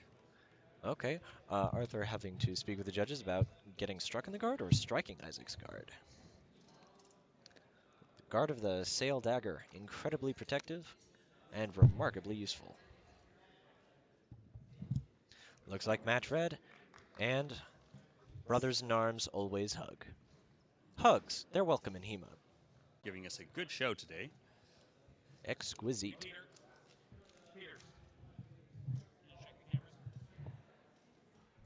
Our cameras seem to have fallen asleep again. As can happen, we don't switch them up. But you still have one of them. Yes, indeed. And we should be keeping the rest of these cameras up and running. Hopefully we'll get them right back up just in time. Looks like some of them are coming back online. And hallelujah, because we're going to see some fine matches to close this tournament.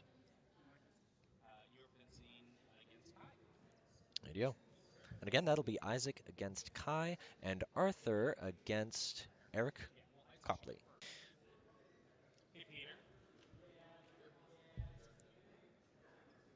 Brief interlude. Everyone in the fencing hall seems to have thinned out a little bit. It is getting very late and people want dinner. Oh yes, there is going to be an after party for the fencers and judges here, held at the On Guard Fencing Academy. Cannot wait to get a snack.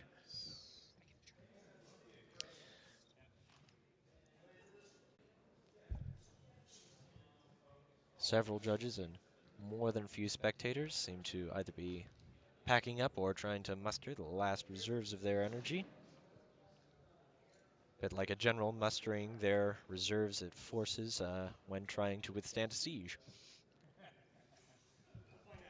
All of us feel a little besieged right now. Oh, that's an understatement. The last matches pretty quickly. Again, that is Arthur Henry against Eric Copley. Isaac versus Kai will be preceding them.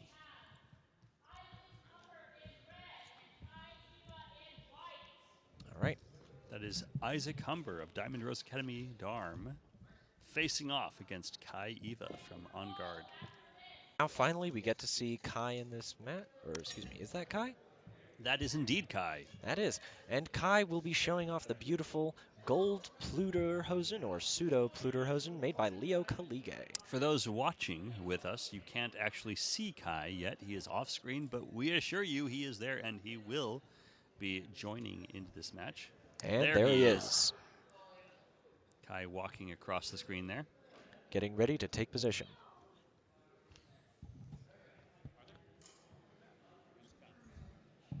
This should be a good match. Two excellent fencers. Absolutely. Kai's extremely athletic and yet prudent style against Isaac's astoundingly stable and yet not too hasty of a fencer. And with the salute, they are ready. Again, this is our bronze medal match. This is for the medal.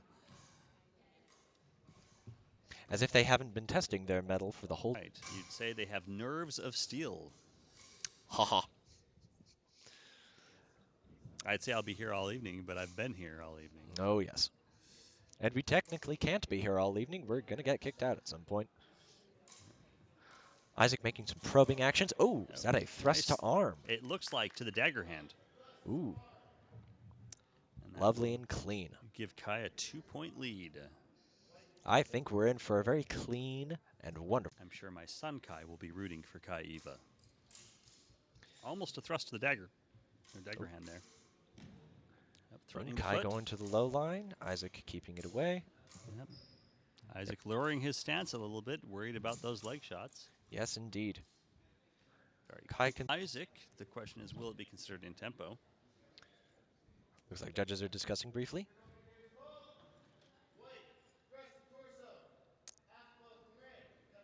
Okay, they are counting an afterblow cut. That's going to be more points for White with that thrust. Exceptional, taking up the lead. 4-0. Ooh. And Kai. Oh, self-call from Kai. So that's going to be no points on that exchange. 2-0 in Kai's favor still. Isaac can turn this around, but he's got to seize the initiative, and he's got to close. Oh. Almost landed that thrust, Isaac. Oh. Kai closing. No, Isaac that looked like he got some bend in that rapier, but Kai may have gotten a simultaneous cut to leg or an afterblow. Judges are the lead. He has the bronze. We have 21 seconds left in the match. There's a bend in Isaac's sword there, a little bit of set. Yes, indeed. We may need to call safety. I doubt that we will, though.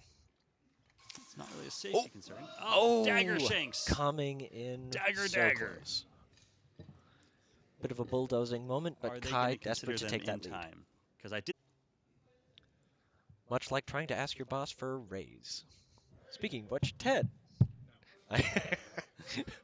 Yeah, I figured. Currently, Ted pays us nothing. No, I get paid. You're just a voluntold. I get paid nothing. All right. And we are back into it. No points on that last one. Ooh. Oh. Did Kai land that thrust? Isaac landed one at the end, but did Kai have one earlier on? Ah, thrust from Isaac to the leg. Excellent. Good way to make use of that low line target. Draw his lead out. He's got a 3-point lead with only 1 second left. This will be our final exchange. Oh, they called it a cut to the leg. Only 1 point. Very close match.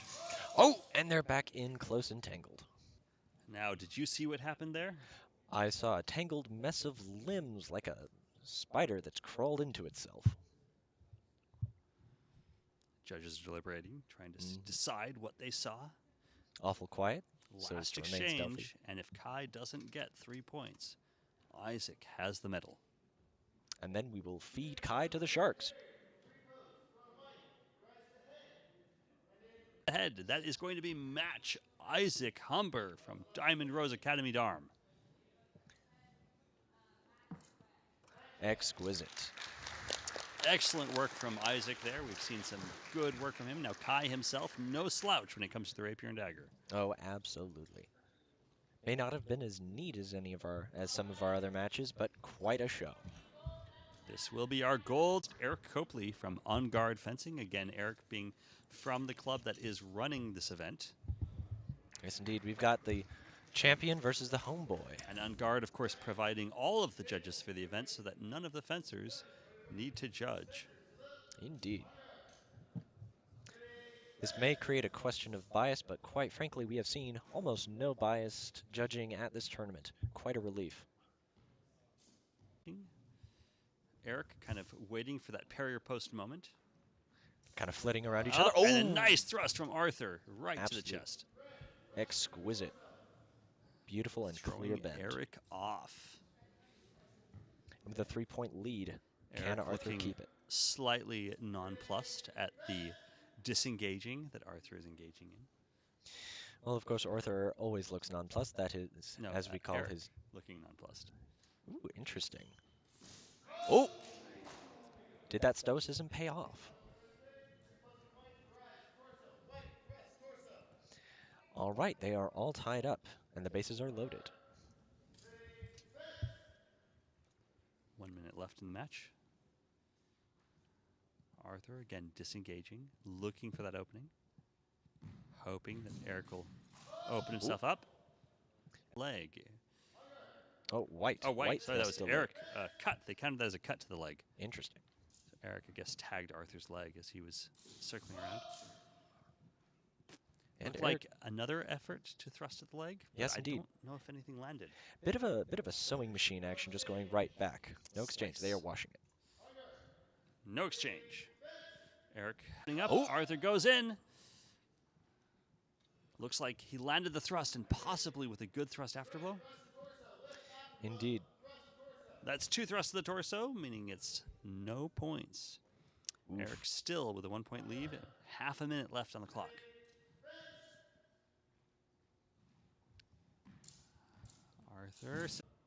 Arthur getting a wee bit They're frustrated. calling the afterblow a thrust to the torso. That's going to give Eric another point.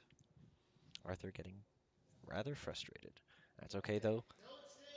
Oh, they're calling that a warning, no exchange.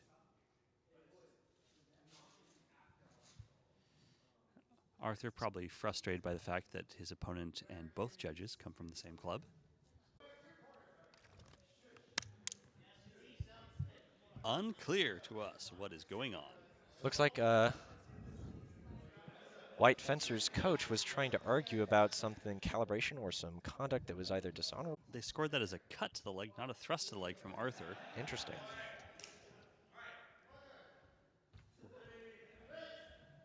And here they go. Eric with a 3-point lead, 20 seconds left on the clock. Arthur needs a good thrust. And there it was. Excellent. Thrust to the head. Up with an afterblow. Thrust to the torso, no points. Arthur getting called out for a tap in the floor. We don't want to ruin this beautiful gym that we've been lent by Pioneer High School. And they will. Arthur is getting increasingly frustrated. He's got to make this clean. Can he do it?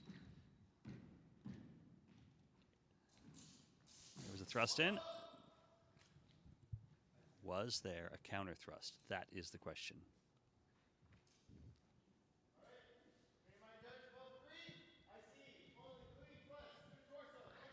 And there is that 3 And points. now the match is tied up with 4. Is someone going to seize the middle and take it immediately, or will they be Arthur patient? moving that same cut to the head. Ooh, that may have been out of tempo. Was there though. an attack to the leg first? That is the question. I don't know. It looked like Arthur may have been pairing that off with his dagger. I didn't see it land, but the judges may have seen something we didn't. Yep.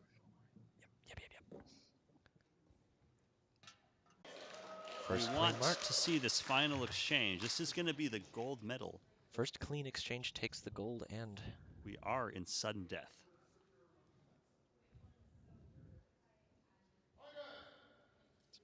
Yeah, best if there is no question in the judge's mind. as to absolutely. Who wins. Looks like a thrust from Eric, possibly. Looks like Arthur's thrust was parried off. That's going to be match for Eric Copley from On Guard Fencing. That is silver to Arthur Henry. And that wraps gold it up to for Eric. us here. Again, please like and subscribe if you've enjoyed our live stream with commentary. I've been Michael Forrest Maservi from the Noble Science Academy, and this is Carter Wenner with me from Sacramento Historical Fencing. Many thanks for having me. It has been an absolute... At this point, we're all tired, Carter. Yes, indeed. But at least now we get to enjoy the after party and get some medals awarded out. They're going to be announcing the medals now, but we're going to be signing off. Have a good night, folks. Thank you.